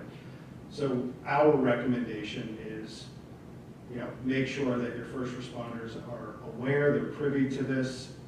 I would go as so far as if you're going outside or you're engaging in areas with different fire departments to notify everybody that that vehicle is going to be in, just for a simple courtesy. And that's why we have isolation zones recommended, so that if you do have a vehicle that you have a concern about, the entire staff knows, hey, if I see one of these vehicles located there, I shouldn't go over to it. One question I have is, how many manufacturers of EV buses are there? Ballpark. 10 or under? Under. That's what I thought. So we've got all of New York State that is supposed to be transitioning over, and I'm not even mentioning other states. I mean, California pushed theirs out and things like that. Just the capacity to build these, has that been factored in? Somewhat. I can speak to it from my experience and my talking with the manufacturers. Right now, if you ordered an electric school bus and a diesel, you'll get the electric school bus faster. Interesting, okay. Last I checked. They all. It's 4 times the price, so they have an incentive. Oh, heck yeah, heck yeah. They all ramped up their ability to produce these vehicles, because they, based upon these mandates, they're gonna have a giant wave of this coming through. We'll see. The thing to kind of think about is if everybody is pushing off and hoping to get, mandates and this, that, whatever, you're just increasing the amount that you're going to have to produce for that. Most of these vehicles are made by order right now. They're not just making them and letting them sit somewhere. So there could be an extended wait for you to acquire that vehicle down the line. But in talking with the OEMs, they're pretty good. Like, once again, like the OEMs, they're doing really, I'm impressed with how they're approaching this. The utility, I'm impressed by how they've stepped up and how much work they're actually putting in. I think a lot of the hardships was that this mandate came out and the information, the hard data wasn't available to them. And studies like the ones that you guys have are providing the state with that information so that they can make better decisions and it can shape policy a little bit better. Any other questions? Yeah, Tracy, I have a couple questions. Josh, thanks for your work. The routes that you have listed here, are they all inclusive, or are they just the routes to get the students to school? Are they all of our other routes that go all over? So these are I like to think about transportation like 3 tiers. Your first is the traditional pick up students from their homes, get them to school, bring them back. Then there's their intraday runs, which is the library, the K-Bento, all that stuff. We try to squeeze as much of that in as possible because it's fueling that we need to account for your electrical system. We can't get everything. And so if you have an electric vehicle that is incapable of going 200 miles or 150 miles or 80 miles or whatever the number is based upon that vehicle to do the day's work, and then you add on to it that after school, that evening run, the trip, it's muddying the waters of that investigation. And NYSERDA instructed us to separate that out. They just wanted us to look at your daily routes and anything else that we could kind of fit in there that happens like during the school day. That way we could see what is the bare minimum of your success. Can you get away with doing your regular everyday operations? Because if you can't do that, then you certainly can't add the other things to it. What NYSERDA is now doing with these studies is, on top of like the regular routing that we did with you guys, it'd be a list of, these are all of the destinations that we go to, and this is how far it is one way. And which of these can we make and which of these can we not? Josh, correct me if I'm wrong, but what brought you here was you wrote the grant for us to do this study, and then you did the study, right? It's a good way to put it. Could you provide us with a list of other schools you're working with? And are you in other states as well? Only New York State. Okay. On your budget estimate, I see the incentive line that obviously is coming from the state. I'm fearing that this state is getting continued bad news on the financial end. So I think that might be a motivation of why they're gonna be forced to pull the, not to use a pun, but pull the plug on this. You're allowed. So I'm interested to find out what other schools you're working with and how you provided them this information. Also, your estimate, I'm definitely not going to nail you down with those numbers because there's so many variables in all of this. But did that calculate the replacement cycle of the diesel bus in our fleet? Can you rephrase that question? Well, You probably if you said, we already own transportation vehicles, right? So they would have to be cycled out. And that cycling out and cycling in of electric vehicles would have to be part of your calculation, right? Or did you do a calculation of, no, we're just gonna go boom, buy these buses, get the infrastructure in place, and here's the flat fee? Yeah, so the way that we did it was, I have the total number of your fleet with your spares. If your replacement cycle for vehicles occurs during that timeline, we would replace those electric vehicles with other electric vehicles. But the vehicle that you're replacing in 2028, if you have 3 vehicles that you're getting rid of in 2028, diesel, and we didn't match up every year of your diesel vehicles to what year those are going to phase out, and then marry that to the electric vehicles, because I don't know how long you're actually going to have to keep them in your fleet, because I don't know what the demand is going to be for electric vehicles. And in talking with NYSERDA, because we asked all these questions, because you can get really crazy with this. It was, you're starting your electric vehicle purchase.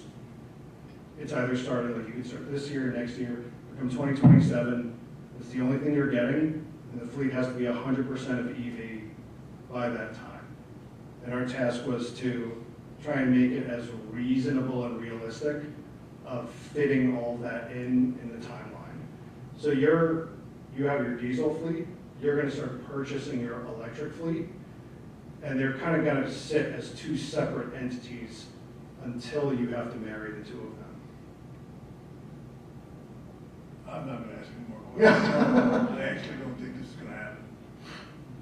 So, following up on Dave's question as far as the replacement in the diesels and so forth, when I read the chart that showed the bus charger adoption timeline, and phase 1 was 1 in 28, and then in 29 we did, it looks like 3, and then in 30 we do more. I'm assuming that, in Todd may be able to help me with this, that when the timeline was built, it was built upon our replacement cycle? Yes and no. So we have a best prediction replacement cycle that Mary and I worked on for EV, which was a shift from when we were all diesel. So there's a couple different factors at play too. Mary is also in the process of looking, regardless of the EV or not, Mary has been looking at, can we reduce our fleet over time? Because that's just good, right? If we don't need as many buses as we've had in the past, can we reduce? So she's worked into the replacement cycle, her best prediction of bringing online EV buses, replacing the diesel, but also reducing the fleet overall. What Josh and his team did was the first, I don't know if you call it leg or phase, just with one, is not exactly lined up to our replacement cycle. Our initial plan was in the 27-28 school year was to buy 2 EV buses. So that doesn't directly match up to, this is one charger, but can we do 2 buses on 1 charger was also part of the conversation. It's also worked into, okay, are we still aiming as a district for that 2027 timeframe, or are we looking at it from the 2029 timeframe? To Josh's point that he made earlier, you don't want to compress. If 2035 is still there as the deadline in the long run, you don't want to compress how much time you have to spread out your purchase. All that to say, in the first 2 years, in the original plan that we put together for transition EV buses, our initial plan was to purchase 2 full-size buses and 2 small buses in the first 2 years. Can that be shifted and adjusted? Yes, but it's all these other variables that have been talked about at play. There's very little object permanence in this, so it's Very mushy. It's very mushy. You know, why did we skip 2028? Why does it go from 2027 to 2029? Because for that ordering of the transformer, getting that, installing it, capital project, lining up that program management, to do all of that and add the buses to it, is a heavy lift. And a lot of the districts that we talked to said, that's going to stand alone. So we said, well, if that's going to stand alone, then there's going to be a year that you're not getting vehicles, which means the timeline gets compressed a little bit. So we always ask, how do we want to do this? We also know is the way that this is laid out going to be the way that you implement this? Almost certainly not. But we want to try and give you as many things in one package as possible. And yeah, I would, if money wasn't an issue and timelines and all that, it would be like, yeah, no, we're not going to get the first bus and stick it on the side of the building. We're going to go right for the transformer, and we're going to go through that, and we're going to build this out in a particular way. But you might not be able to do that. And you might, while you're relying on a consensus, you want to try and manage as many variables as you can.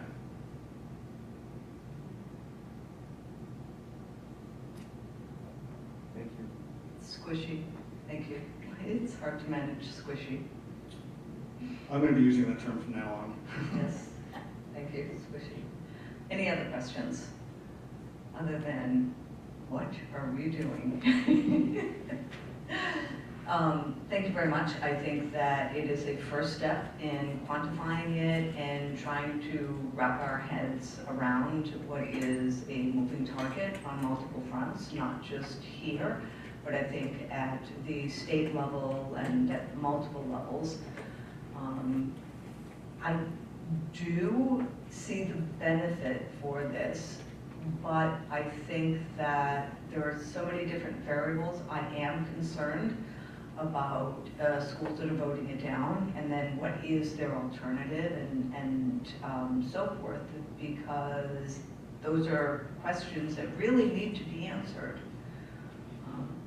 for that. So it will be interesting to see how everything nets out and so forth. But Thank you very much for putting a stake in the ground and starting us on this conversation. You're welcome. Thanks for having me. You're welcome. Thank you, Josh. And when you drive home, be careful with the deer. Oh my God, there's so many deer around. Yes, and at this time, they're hard to see, so drive slowly. Okay. Be safe. Thank you. So if I could just add one additional Yes. comment, as Josh is exiting, thank you, Josh. I think one of the key takeaways for me in working with Josh and going through this process and having this final report is it really comes down to timing. It's good to have this because it at least gives us an idea. There are so many variables, and I appreciate what Josh said of like, is this how we're gonna implement it? Highly unlikely, but this at least gives us a starting place to think about it and have some of the more challenging conversations. We don't want to move too fast because as things continue to evolve and shift at the state level, I'm cautious of advocating that we move too fast because we don't want to get locked into something and then find out, oh wait, that's changing, so no, we don't have to do that, we could have done it this way. On the other side, you don't want to wait too long or go too slow because we don't want to get to a point where like, oh no, there's that deadline and now we're not prepared for what we need to do for that deadline. So all that to say, I think this report helps us kind of in the middle of like not moving too fast, not moving too slow, being informed about what we need to do, and pulling together the other pieces.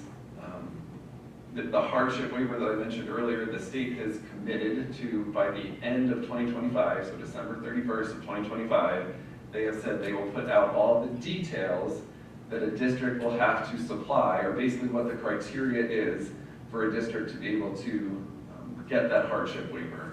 So that's another point in time, like, okay, December 3rd, January 1st, that would be my light reading.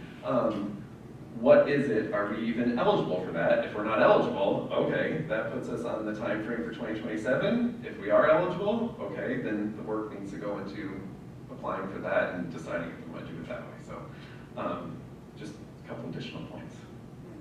And if, just for the public, it is on board docs, because I encourage the public to read the light document. How many pages? At least 50. It's not, they're not numbered, but at least No, but that is a public document. It can be found in board docs and so forth. And I am encouraged by technology. I just know that I've seen the range of batteries double now in 7-8 years. So technology will help. It's just when you're living through it, that's the problem. I'd rather do afterwards.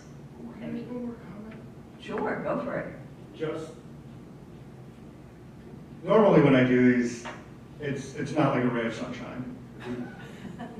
I'm typically not the most popular person in the room. The thing to really remember about this is, and as a company, our goal is to be as neutral on this as possible.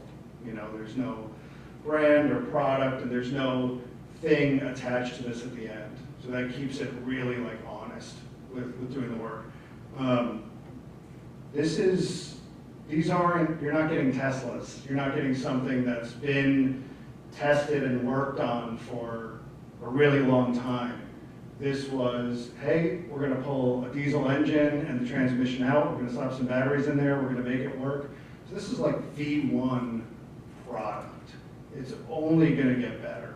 And the real challenge that this is it's not really the power concern, because that's gonna get solved. There's way more smarter, maybe not as charming, but definitely smarter people than me working on this, right? It's that we have two problems with electric vehicles, at least with a battery this big. It's time, because it takes time to charge these, and it's the range. And when you can solve one of those two really well, the difficulty in this just plummets. To the point I'm going to geek out, China basically has a system in place where you drive in, they swap out the battery in 3 to 5 minutes. It is faster than pumping gas. And so that is one way that they are doing it, and they're doing it for hundreds of thousands of vehicles there. The technology exists. It's an easy way to do it, but you'd have to build the infrastructure. You gotta have the infrastructure, and you need to have like a 5-to-1 ratio of batteries to each vehicle. No, because you're switching them out, so, you know, your is coming in here, then it gets charged, and then it goes there. 5 to 1, not so sure. It's Okay. big, All it's right. big. This is gonna get better. It's definitely gonna get better. Will we see hydrogen?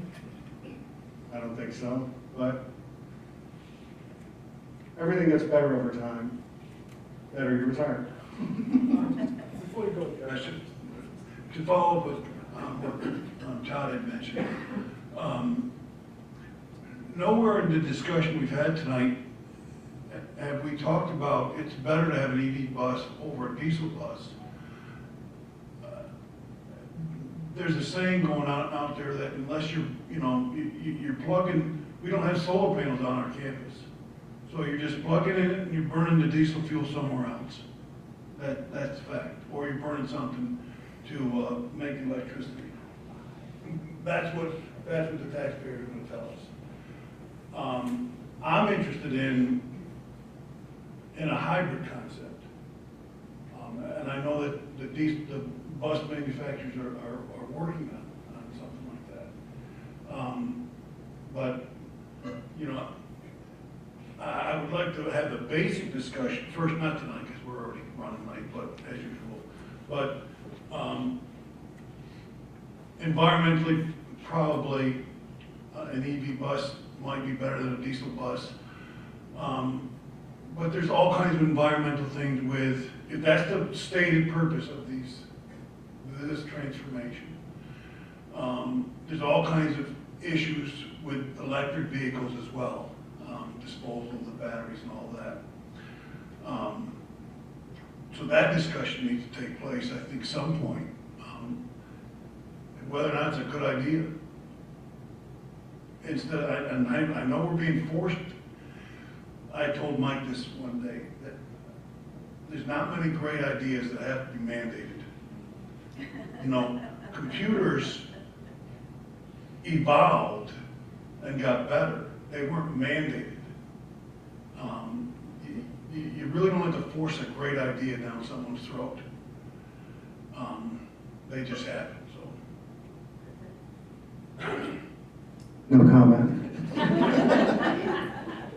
Thank you, Josh. Thank you, guys. All right, I'm going to turn it over to you, Todd, to give us an update on the capital project, please. All right. This will be a little bit more positive, I hope.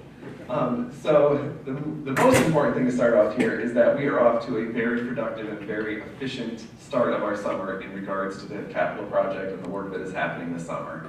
Because it is kind of phase 2, and we've had work going on throughout the past year, we are much further into the work this summer than we were at the same time last year, just because last year they had to mobilize and get everything here. This year they really did hit the ground running the week that school got out, and we were in good shape. So just thought I'd take a few minutes and give a quick overview of some of the work that's happening. So the first slide here is just giving you a rundown of, at the end of this summer, what is the work that will have been completed during this phase of the project. So it's 11 full-size instructional classrooms at the elementary school. It's 10 smaller instructional spaces and or offices. So those are spaces that either previously existed and are getting refurbished or redone, or it's a space like our previous music room has been converted into an actual hallway, and then some smaller instructional spaces. So put that together, 21 rooms will be completed by the end of this summer. That's a big number. In addition to that, there's 2 new single-use bathrooms and 1 new custodial closet. That's all the interior work happening. The other things happening at the elementary school at this phase of the project includes the conversion of our boilers to propane. So that includes the actual boilers as well as the tank outside. And then the front of the elementary school is getting repointed. And then at both buildings, at the elementary school as well as middle school, high school, there is roofing work that's happening that is much needed to keep the leaks from happening in our brand new lovely classroom. So all important work happening. So some pictures, because pictures are always great. Just walking around on Friday, it was nice. You can kind of see classrooms in different phases of work, even from this spring and into the summer. So all of the rooms have at least been framed out to this point, like demoed and framed out. So it looks like this classroom, where some new walls are going in. The other half of the classrooms at the elementary school that are getting redone this summer are already to the point that are being sheetrocked, so they look like this. And then we have a couple of the spaces that we actually turned over earlier to construction back in April, so those are a little further along. So here is what will be the new art room. So as you can see, already painted, the floor has started to be refinished. Cabinets are getting installed this week. This was actually a picture just from this morning. So this is a room much closer to being finished. This is that new hallway that I was mentioning. So a key piece for safety features in this project at the elementary school was actually creating a corridor between the back hallway and the front hallway. If you're familiar with the elementary school, previously you had to either walk through the art room on the first floor or the music room on the second floor. So this is the second floor. This was also a space that we turned over to construction back in April, so they were able to get a jump start on that space. Is this looking like from the elevator toward the front of the school? Correct. So this is like if you came off the elevator and are standing in that doorway, you would have been standing in what was the music room. Now you're looking down this corridor, you can see the front hallway in the distance, and there are 4 smaller spaces off of this hallway. One is an office, 2 speech teachers will have on their own individual spaces there, and there will be a special ed, smaller instructional space there as And well. that's the courtroom out the windows? So the left is the courtyard, correct? Yep. And again, actually this is last week, today I was there, and it's actually even further along, so this space hopefully will be finished within the next couple of weeks and turned back to us. This is one of those rooms that I was just mentioning. It will be for a special ed teacher and TA at the elementary school. Not as exciting of a picture, but propane tank has been installed underground, and that's what it looks like above ground. It's a beautiful day for a picture today, but that work is going well. And then the front of the building, as I mentioned, is getting repointed. So that started last week and is going well. So that's the capital project. Again, key piece here is we are very much on time and in some of those rooms ahead of schedule, and a really good place for those classrooms and spaces to be turned over to Rich and his crew in August so that they are fully ready for students when they return in September. So all positive across capital project report. I wanted to take an extra minute to also just acknowledge the work that Rich organizes through his department and work that happens over the summer, just as kind of regular maintenance and upkeep, some different smaller projects that we have going on that he is working on. So one is the elementary health office. That space needed a refresh. It was not able to be included in this larger project, so Rich and his crew has taken on the task of kind of refreshing that space, is actually repurposing the wooden cabinets that came out of our 2 art rooms up here at the middle school and high school. A lot of those cabinets were in really good shape, so they're able to repurpose them, and that space will just look fantastic when it's all done. Middle school new student lockers, so the first floor of the middle school, those lockers were original to the building, which may not sound that old, but that means they're over 20 years old, and think about 6th graders using them every day of the school year for 20 years. The hinges start to go, the locks don't work, it was time. So that work is happening. The hallway looks very plain right now because all the old lockers are out. New lockers will be arriving towards the end of this month. In the high school office, there had been issues with the carpet tile in that space and just was not a great thing. So the carpet tile has been removed and just the BCT tile has gone down to make that a cleaner, easier place to clean and looks refreshed. High school locker room, last summer, Rich's crew did the boys' locker room. They actually took out the ceiling grid and tiles and replaced it with an interlocking tile system that you can't push the tiles up. It's easier to clean, safer, can't hide things in the ceiling anymore because they're locked in. So this summer, his crew is doing the girls' locker room at the high school. And then, last but not least, and Can I just interject? yes, absolutely. Do the students know that they can't be pushed up? They do. Were there any issues in the boys' room this past year, Rich? No. No. They're legit. You can go test them if you'd like, but they are legit. Lastly, in the middle school, high school kitchen, Rich and his crew is doing some work to make room for the new froyo machine, which is Tracy in her realm of always evaluating her program and looking for ways to enhance what she's able to offer. Found a compliant, meaning with the food program it is compliant. There's a frozen yogurt machine, so she could sell frozen yogurt. But that required some moving of things in the kitchen to make space for it. So that will be arriving sometime later this summer. So I think it's just important to acknowledge the work that our own buildings and grounds crew does. This is outside the big capital project that we have contractors here doing. This is our own folks doing a lot of work to keep our buildings and facilities in tip-top shape. So thank you to Rich and his crew. And that's all I have. Thank you very much. It's always nice when we can see it moving along. We do enjoy that, and the pictures are well appreciated, so thank you. I have one more question. Go for it. The single-use bathrooms at the elementary school. Yep. What floor are those on, and is there a specific purpose for them, or are they just for general use for all the kids? General use and adult use as well. So they're both in the front hallway, one on the first floor, one on the second floor.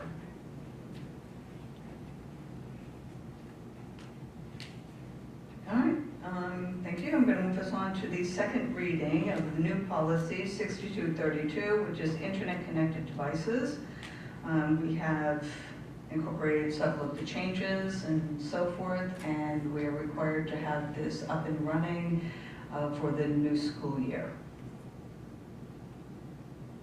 So any discussion? I think we kind of covered, added in comments and changed, wordsmithed a couple of things according, just to clarify that all internet-connected devices are included, as well as flip phones, that no flip phones. Because I think we had heard that parents were already trying to figure out a way around that, so we just, no flip phones. The whole concept is simply being that to get kids engaged in talking together. So we'll see. I mean, the best thing that happens will be that we start hearing a lot of noise in the cafeterias, and we'll know that it's successful. So careful what you wish for. Any comments or anything else related to that? Because, let's see, this is the second reading, so then for the August meeting, then there'll be an action item on it. Okay, and yes? Is it, I thought it was that we had to have the policy in place by August 1st, which means we have to vote on it at the July workshop meeting or sooner, or? I could have sworn it said August 1st for the implementation. That might be correct, but we wouldn't have it at a workshop. Okay. We could, It's not posted, right?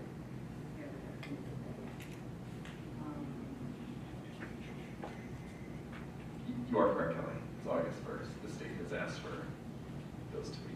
Well, what we could do, if people are open to it, if no one has any comments, could we expedite it and then make a motion to change the agenda and put it into an action item for tonight? I'll motion that. Okay, could I have a second? All right. Any discussion about changing the agenda and moving it to an action item? All in favor? Aye. Aye. All right, so where do you want to put it, Daphne? I'll put it at the end. Okay, just remind me when we get you that, let's see. Open forum, 7, end of 6. 1, 2, 3, surplus items, we'll put it 6.15, thank you, John. 6.15. Okay. And then I can just go into board docs and look at it there? Okay, all right, perfect. All right, thank you, Kelly, good catch. All right, then the other thing is the first reading for policy 6230, student code of conduct, policy 9020, maximum temperatures in school buildings. This is one that the legislators passed, and we have snow days, we will now have heat days. So in the instances where the temperature outside, or if it's going to be a hazy, hot and humid day, if it's forecasted to be that, then what we will do is we will start taking temperatures and indoor temperatures. Rich and his team will handle it accordingly. And then if the phase 1 is, if the temperature increases then you can open windows, or there's a whole series of steps that you go through. If that doesn't mitigate the temperature and it continues to increase, once it reaches 88, then at that point, the superintendent would call the heat day. They do have the option of remote learning still happening. So we haven't had it. I think there'll be some logistics to work through and so forth. One of the things is that pretty much all the classrooms have some form of air conditioning-ish. Ish. Everything is struggling, but we're close. Okay, for that. So we are pretty confident that we would not get to that point. We do encourage parents not to send their kids in with heavy hoodies on hot days, and so forth. I know this is only the first reading, but if we could make a note, I would, as a parent, encourage that communication this summer explicitly explain that this could be a thing, because I think that those half-day emergency dismissals, parents tend to think of that in terms of a snowstorm. And so when the weather gets nicer, parents need to be aware that, hey, this is a policy, this is a state requirement, you might get a half-day in the middle of May or June. And just education on that would be important. Good one for September. Yeah. So I guess my only comment on reading the code of conduct, that red line, there are a lot of extra bullets in it. And I know it's a first draft, but for the second time we have to read it, could it be cleaned up? Because when I hit page 16, I started losing it. Well, we did offer it as a red line so that people could see what was changed and everything. So the point taken. It got hard. Okay. It wasn't the red line, it was the extraneous bullets and multiple items on a bullet. Right, so maybe we can clean up the red line, but still offer a red line. Yes. Okay. And let's see, then 5.6, Dave, to your point in talking about the election, I'm going to turn it over to you. Thank you. It's been so long, I forgot what I was going to say. First of all, I want to congratulate all the candidates, including myself, on that election. But more importantly, the last time Mr. Bucci, James, ran, it was also an animated election, and we looked at, I think I suggested, we looked at what drew the interest of the folks, and to be quite honest, of the community, James got 650 some votes, which is a lot more than many of you have ever gotten. So that drives me to think that four questions I have is, did the community want to have James on the board? Probably. Did they think that James was going to bring change to the board? Probably. Or did they just want to have change to the board? But more importantly, does the community not really want to change the board? Do they want to have change in the school? And that's what I'm thinking. You can change the board, and we've done a lot of changes.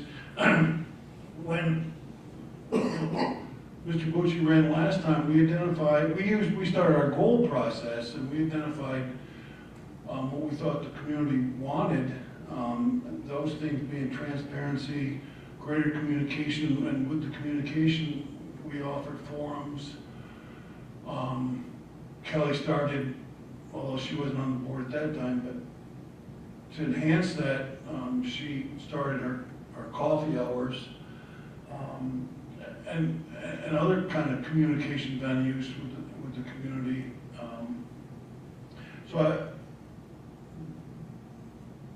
Those were all positive things, I think, but I think we need to reach out in some fashion, and maybe James he's certainly talked to the people that supported him. I think it's impressive that he did that well. and with those avenues that he used to communicate with the community, he must have gotten some information that they want us to have, or they want changes that need or they would like to see made.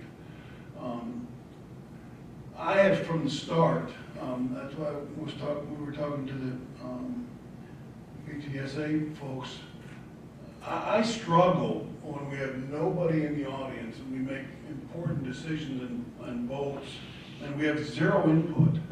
We read, and I do a lot of research, but you really vote on things that the community has not had any input on, and it really bothers me. I would much rather have 100 people in this room. Yelling and screaming doesn't matter to me either, because that's input. But we need to reach out to our community, because with that number of folks that voted, that they're definitely saying something to us. And so if you would think about those three things that I mentioned, what drove those numbers, maybe it was just James's personality. He's an awesome guy, but I don't think it's just that. I think it's something broader than that. And in order to do a good job, I think we need to reach out and see what is out there. And I hope that the rest of you will reflect on the election as well.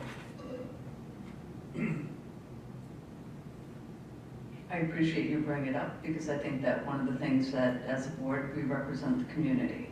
And so it's the entire community for that. So maybe it's a discussion, James, and talking about either what you have heard and so forth. I'm happy to schedule a meeting and to kind of sit and listen for that. And I think it's a valid point. Any other thoughts? If you're gonna schedule something, can it be after July? Because I have to go on vacation. I'm serious. Yes, I can absolutely schedule something. I want to hear what James has to say. Okay.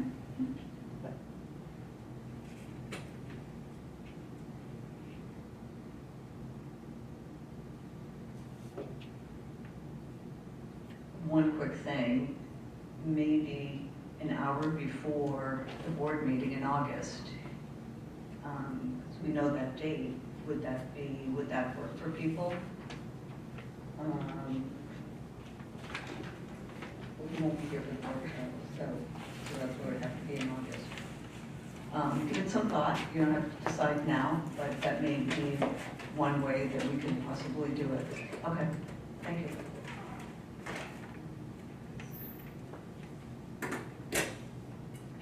All right, I'm going to move us on then to our action items. So, and Dave, to your point, I will try to move quickly. All right, so approve the minutes. So I'm going to combine 6.1 and 6.2. Approve the minutes of June 9th as well as June 23rd. Could I have a motion to approve both of those minutes? Angela and Dave. Any discussion? All in favor? Aye. I need a motion to approve the finance reports for the month ending June 30th, 2025. Eric and Kelly. Any discussion? I'd like to turn it over to you, Todd. Go for it. So I just want to acknowledge Melanie Lesher as our district treasurer. So the report, or one of the reports that the board is approving, is the finance investment report for the year. And the number that you see, because these are impressive numbers, so this year, interest earned from our investments as a school district. So this is working with our banks, and also the board earlier this year approved NICLAS as an investment opportunity. So this year, interest earnings was just over $706,000 for the district. Last year, that number was $268,000. So that's an increase of $438,000. And that is directly related to Melanie's work as treasurer and working with our banks, working with NICLAS, consistently looking at interest rates and doing the best that she can in her role to maximize those interest earnings. So just wanted to acknowledge that because that's a big deal. Thanks, Melanie. Any other discussion? Yep. Go. Todd, since you just mentioned that, that number was not reflected in our budget that just passed, right? I know you were concerned with that. Correct. So the extra money will be reflected where? So At the end of this 25? this amount is from 24-25. So one way of thinking about it is the money that the board approved going into the capital reserve. Okay. You can think of that as a direct, that amount that went into the capital reserve was $850,000. Well, this was 706. I mean, it's not that simple, but one way of thinking about it, we earned more on the revenue side that allowed us to put money into the capital reserve. Your budget transfers, those were just the closing of the books? For this month, yes, a lot of them are just, yes, getting things in the right code to finalize things for the year. For the most part, I have to look at them individually to be 100% sure, but Is there carryover, right? There's bills that you got that were from 24, 25, but you got them. correct. We didn't get them until July, still nagging people to send them to us in August sometimes, yes. Thank you. You're welcome. Any other questions? All in favor? Aye. I need a motion to approve the personnel agenda. Kelly and Angela? Any discussion? All in favor? Aye. I need a motion to approve the district safety plan for the 25-26 school year. Kelly and Eric? Any discussion? Go for it. Oh, all in favor? Jump again. All in favor? Aye. Okay, I need a motion to approve the revised 25-26 school district calendar. And the updates, we have the regions on June 9th. Yeah, that's a change. Have Angela and Eric? Any discussion? All in favor? Aye. I need a motion to approve the contract between the Greenville Central School District and Honeywell Law Firm for the 25-26 school year. Eric? Angela? Any discussion? One of the things I just want to point out is in previous years, we had the contracts under the reorganization, but it made more sense to move it into the business along with all the other contracts, so we moved it accordingly. All in favor? Aye. I need a motion to approve the contract between the Greenville Central School District and Ferraro Fiorenza PC. They're the company that they do our policy. Have Eric? Dave? Any discussion? All in favor? Aye. I need a motion to approve the contract between the Greenville Central School District and Columbia Memorial Hospital for school physician services for the 25-26 school year. Dave and Angela? Any discussion? All in favor? Aye. I need a motion to approve the contract between the Greenville Central School District and Steve Sautner as internal claims auditor for the 25-26 school year. Eric? Kelly? Any discussion? All in favor? Aye. Okay. I need a motion to approve the contract between the Greenville Central School District and Crossroads Center for Children for the school year 25-26. Angela and Eric? Any discussion? All in favor? Aye. I need a motion to approve the agreement between the Greenville Central School District and the Parsons Child and Family Center for the 25-26 school year. Angela and Kelly? Any discussion? All in favor? Aye.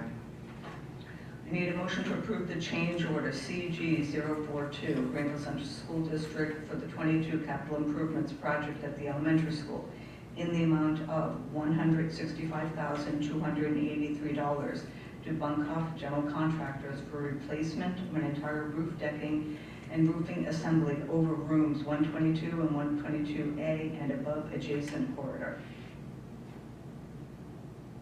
Have Eric in a second? Dave? Any discussion? Just one question for either Rich or Todd. We were already, part of the project was to work on these classrooms, right? Yes. And why wasn't replacing the roof part of that? So the roof itself is still under a warranty. Rich, I'm going to ask you to correct me if I say anything incorrect. The roof itself, this is a little section of roof, right? It's two small rooms that are off the north side of the building at the elementary school that has had an odor issue for a number of years. So the 2 rooms were renovated last summer, meaning the interior of them was gutted. There was special application put on the walls to try to keep any water and moisture going into the rooms because the concern was that the odor was coming from moisture. The roof itself was still under warranty from the previous time it was done. The rooms themselves look lovely, the odor continues. So in looking at what the issue continues to be, they did a coring of the roof, and it turns out that it is I'm not an expert in this area, I would ask Rich to give details, but one of the layers within the roof is where the odor is coming from. There is also a layer of asbestos in the roof, so that's why this number seems significantly high for a roof that's not that large, but it is a full removal and replacing of the roof to once and for all address the issue with these 2 spaces. So then what happens with warranty? Is this under? No, it's not, no, because it's not the, They gotta tear it off. correct. The roof that's under warranty is the layer on the top. The issue with the odor is down here. So it's not just replacing this top layer, it's fully removing the entire thing and replacing it. That will have a 25-year warranty on it. Right, the new one will have a 25-year warranty. So it was the decking? Yeah. Yes. And this money, so this is money that's in the project, still reviewing the contingency that remains in the capital project fund. This is using that money, and we're still in an okay space to do so. So this is all within the project, using the money for project-related work. So it's part of like the contingency, that 10% that we hold back for the Correct. what ifs? Correct. So similar to last meeting, the board approved doing the roof work at both of the buildings. That was an alternate that didn't get into the original accepting of the bids. We had looked at the contingency in the spring and said, okay, this is a good use of the contingency at that time. Continuing to assess how much we had in contingency. This is also the recommendation to use the contingency to do this work. And we have enough contingency, we feel, remaining to get us through the project over the next couple of months. I don't know if I really want to ask the question, but I have to. Okay. Is there another roof that, or any other section of the roof that looks like this section that we're getting swapped out, fixed? I don't think so. Rich, No, would you say, is there any other? No, this should redo the roofs. Some of them were done 10 years ago, so they have like another 15-year warranty. But the rest of them will all be new and have, or not new, they have a coating over it, which will give us a 20-year warranty on those. So we're good for another 10 years under the warranty for most of the roofs, especially in the high school year. And then sometimes you can get 25, 30 years out of them before you have to redo anything with them. So. I guess my question is there any other part of that elementary roof that has the same type of decking that smells? No, I don't believe so. I think that's it. So this is the last, we'll say, this is the only spot? Gotcha. Yes. And the odor has been contained to that case, Right.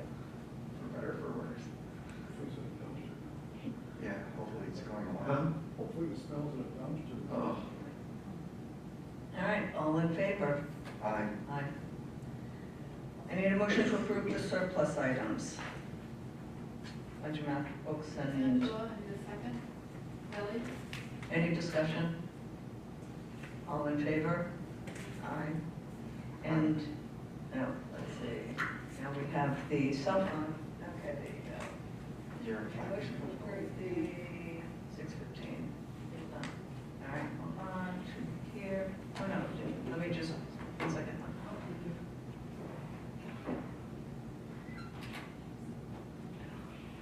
Bumped me out, I have to go all the way back in. All right, I need a motion, thank you, Stephanie.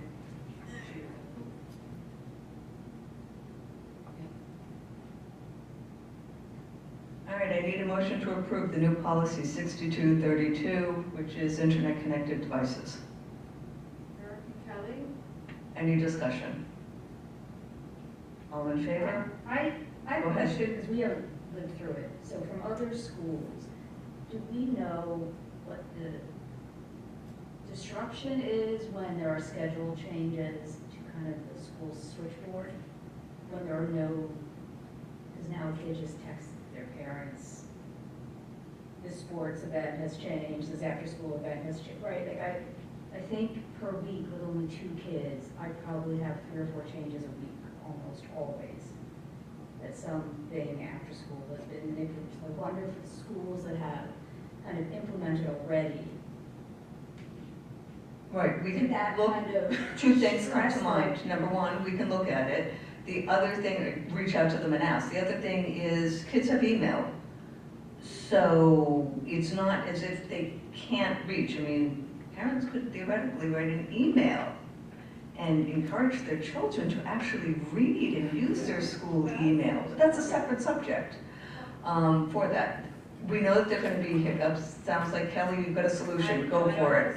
What I would like to just point out is, number one, this is policy versus procedure, and the administration team will have to come up with a solution to that, because the state is requiring that there be some sort of method for the students, whether it's a phone in the office that's dedicated for student use or whatever. So others, I think the older schools that we've heard from, whether it was at the conference with presentations or from what's in the news, there are a lot of different ways that they're doing it.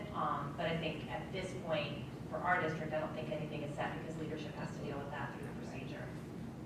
And the emails, because I live in a spot where Wi-Fi is not, like I have no signal on my cell phone. And that's most of Rensselaerville, it's all of Potter Hollow, it's a lot of our district. An email won't go through unless I'm at home or in my office.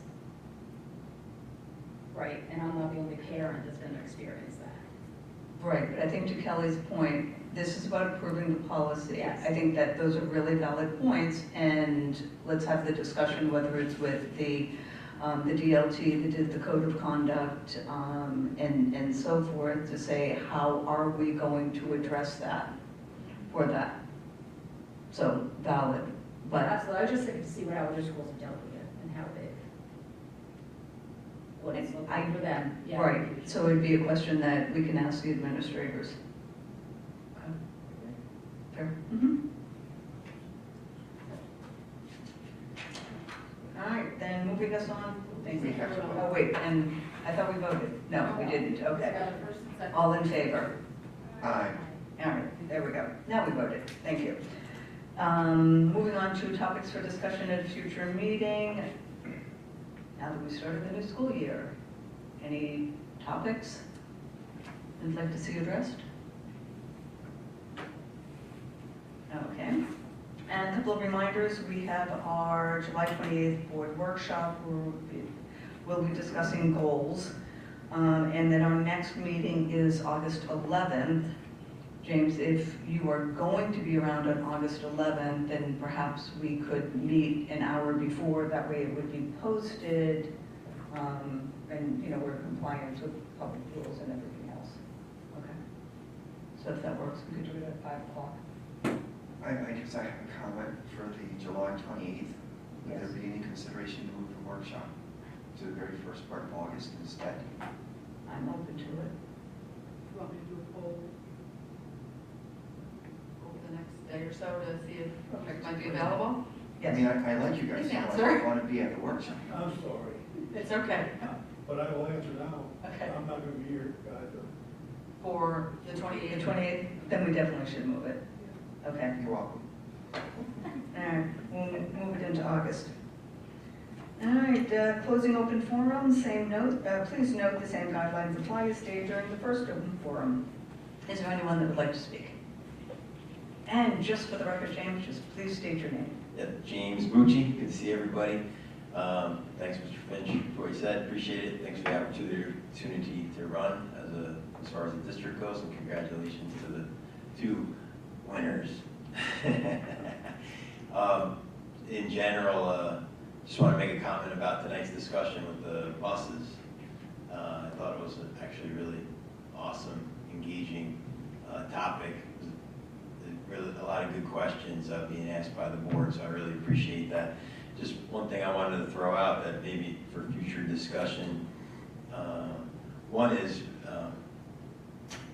the logistics that were brought up and the numbers, I think are super important, and that's had to be covered. But also too, I was hoping that at some point we might look at it from an environmental issue to consider, and a safety issue. I know some of that was brought up a little bit. So environmentally, they're really, EV buses, I know the concept is good on the surface, but I think they're really bad for the environment. They use a ton of energy.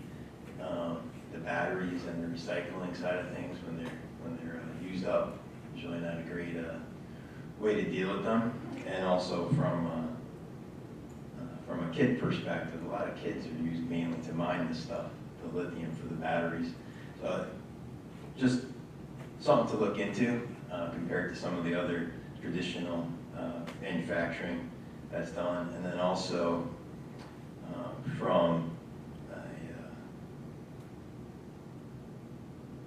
the I guess a moral perspective, budget is important, costs are important, but there comes a point where things seem so significant, you do wonder, is there some obligation to defy whatever it is coming down from the state? So maybe there's a hybrid scenario, like Mr. Finch was talking about, but also what is the real cost if the school was to say no?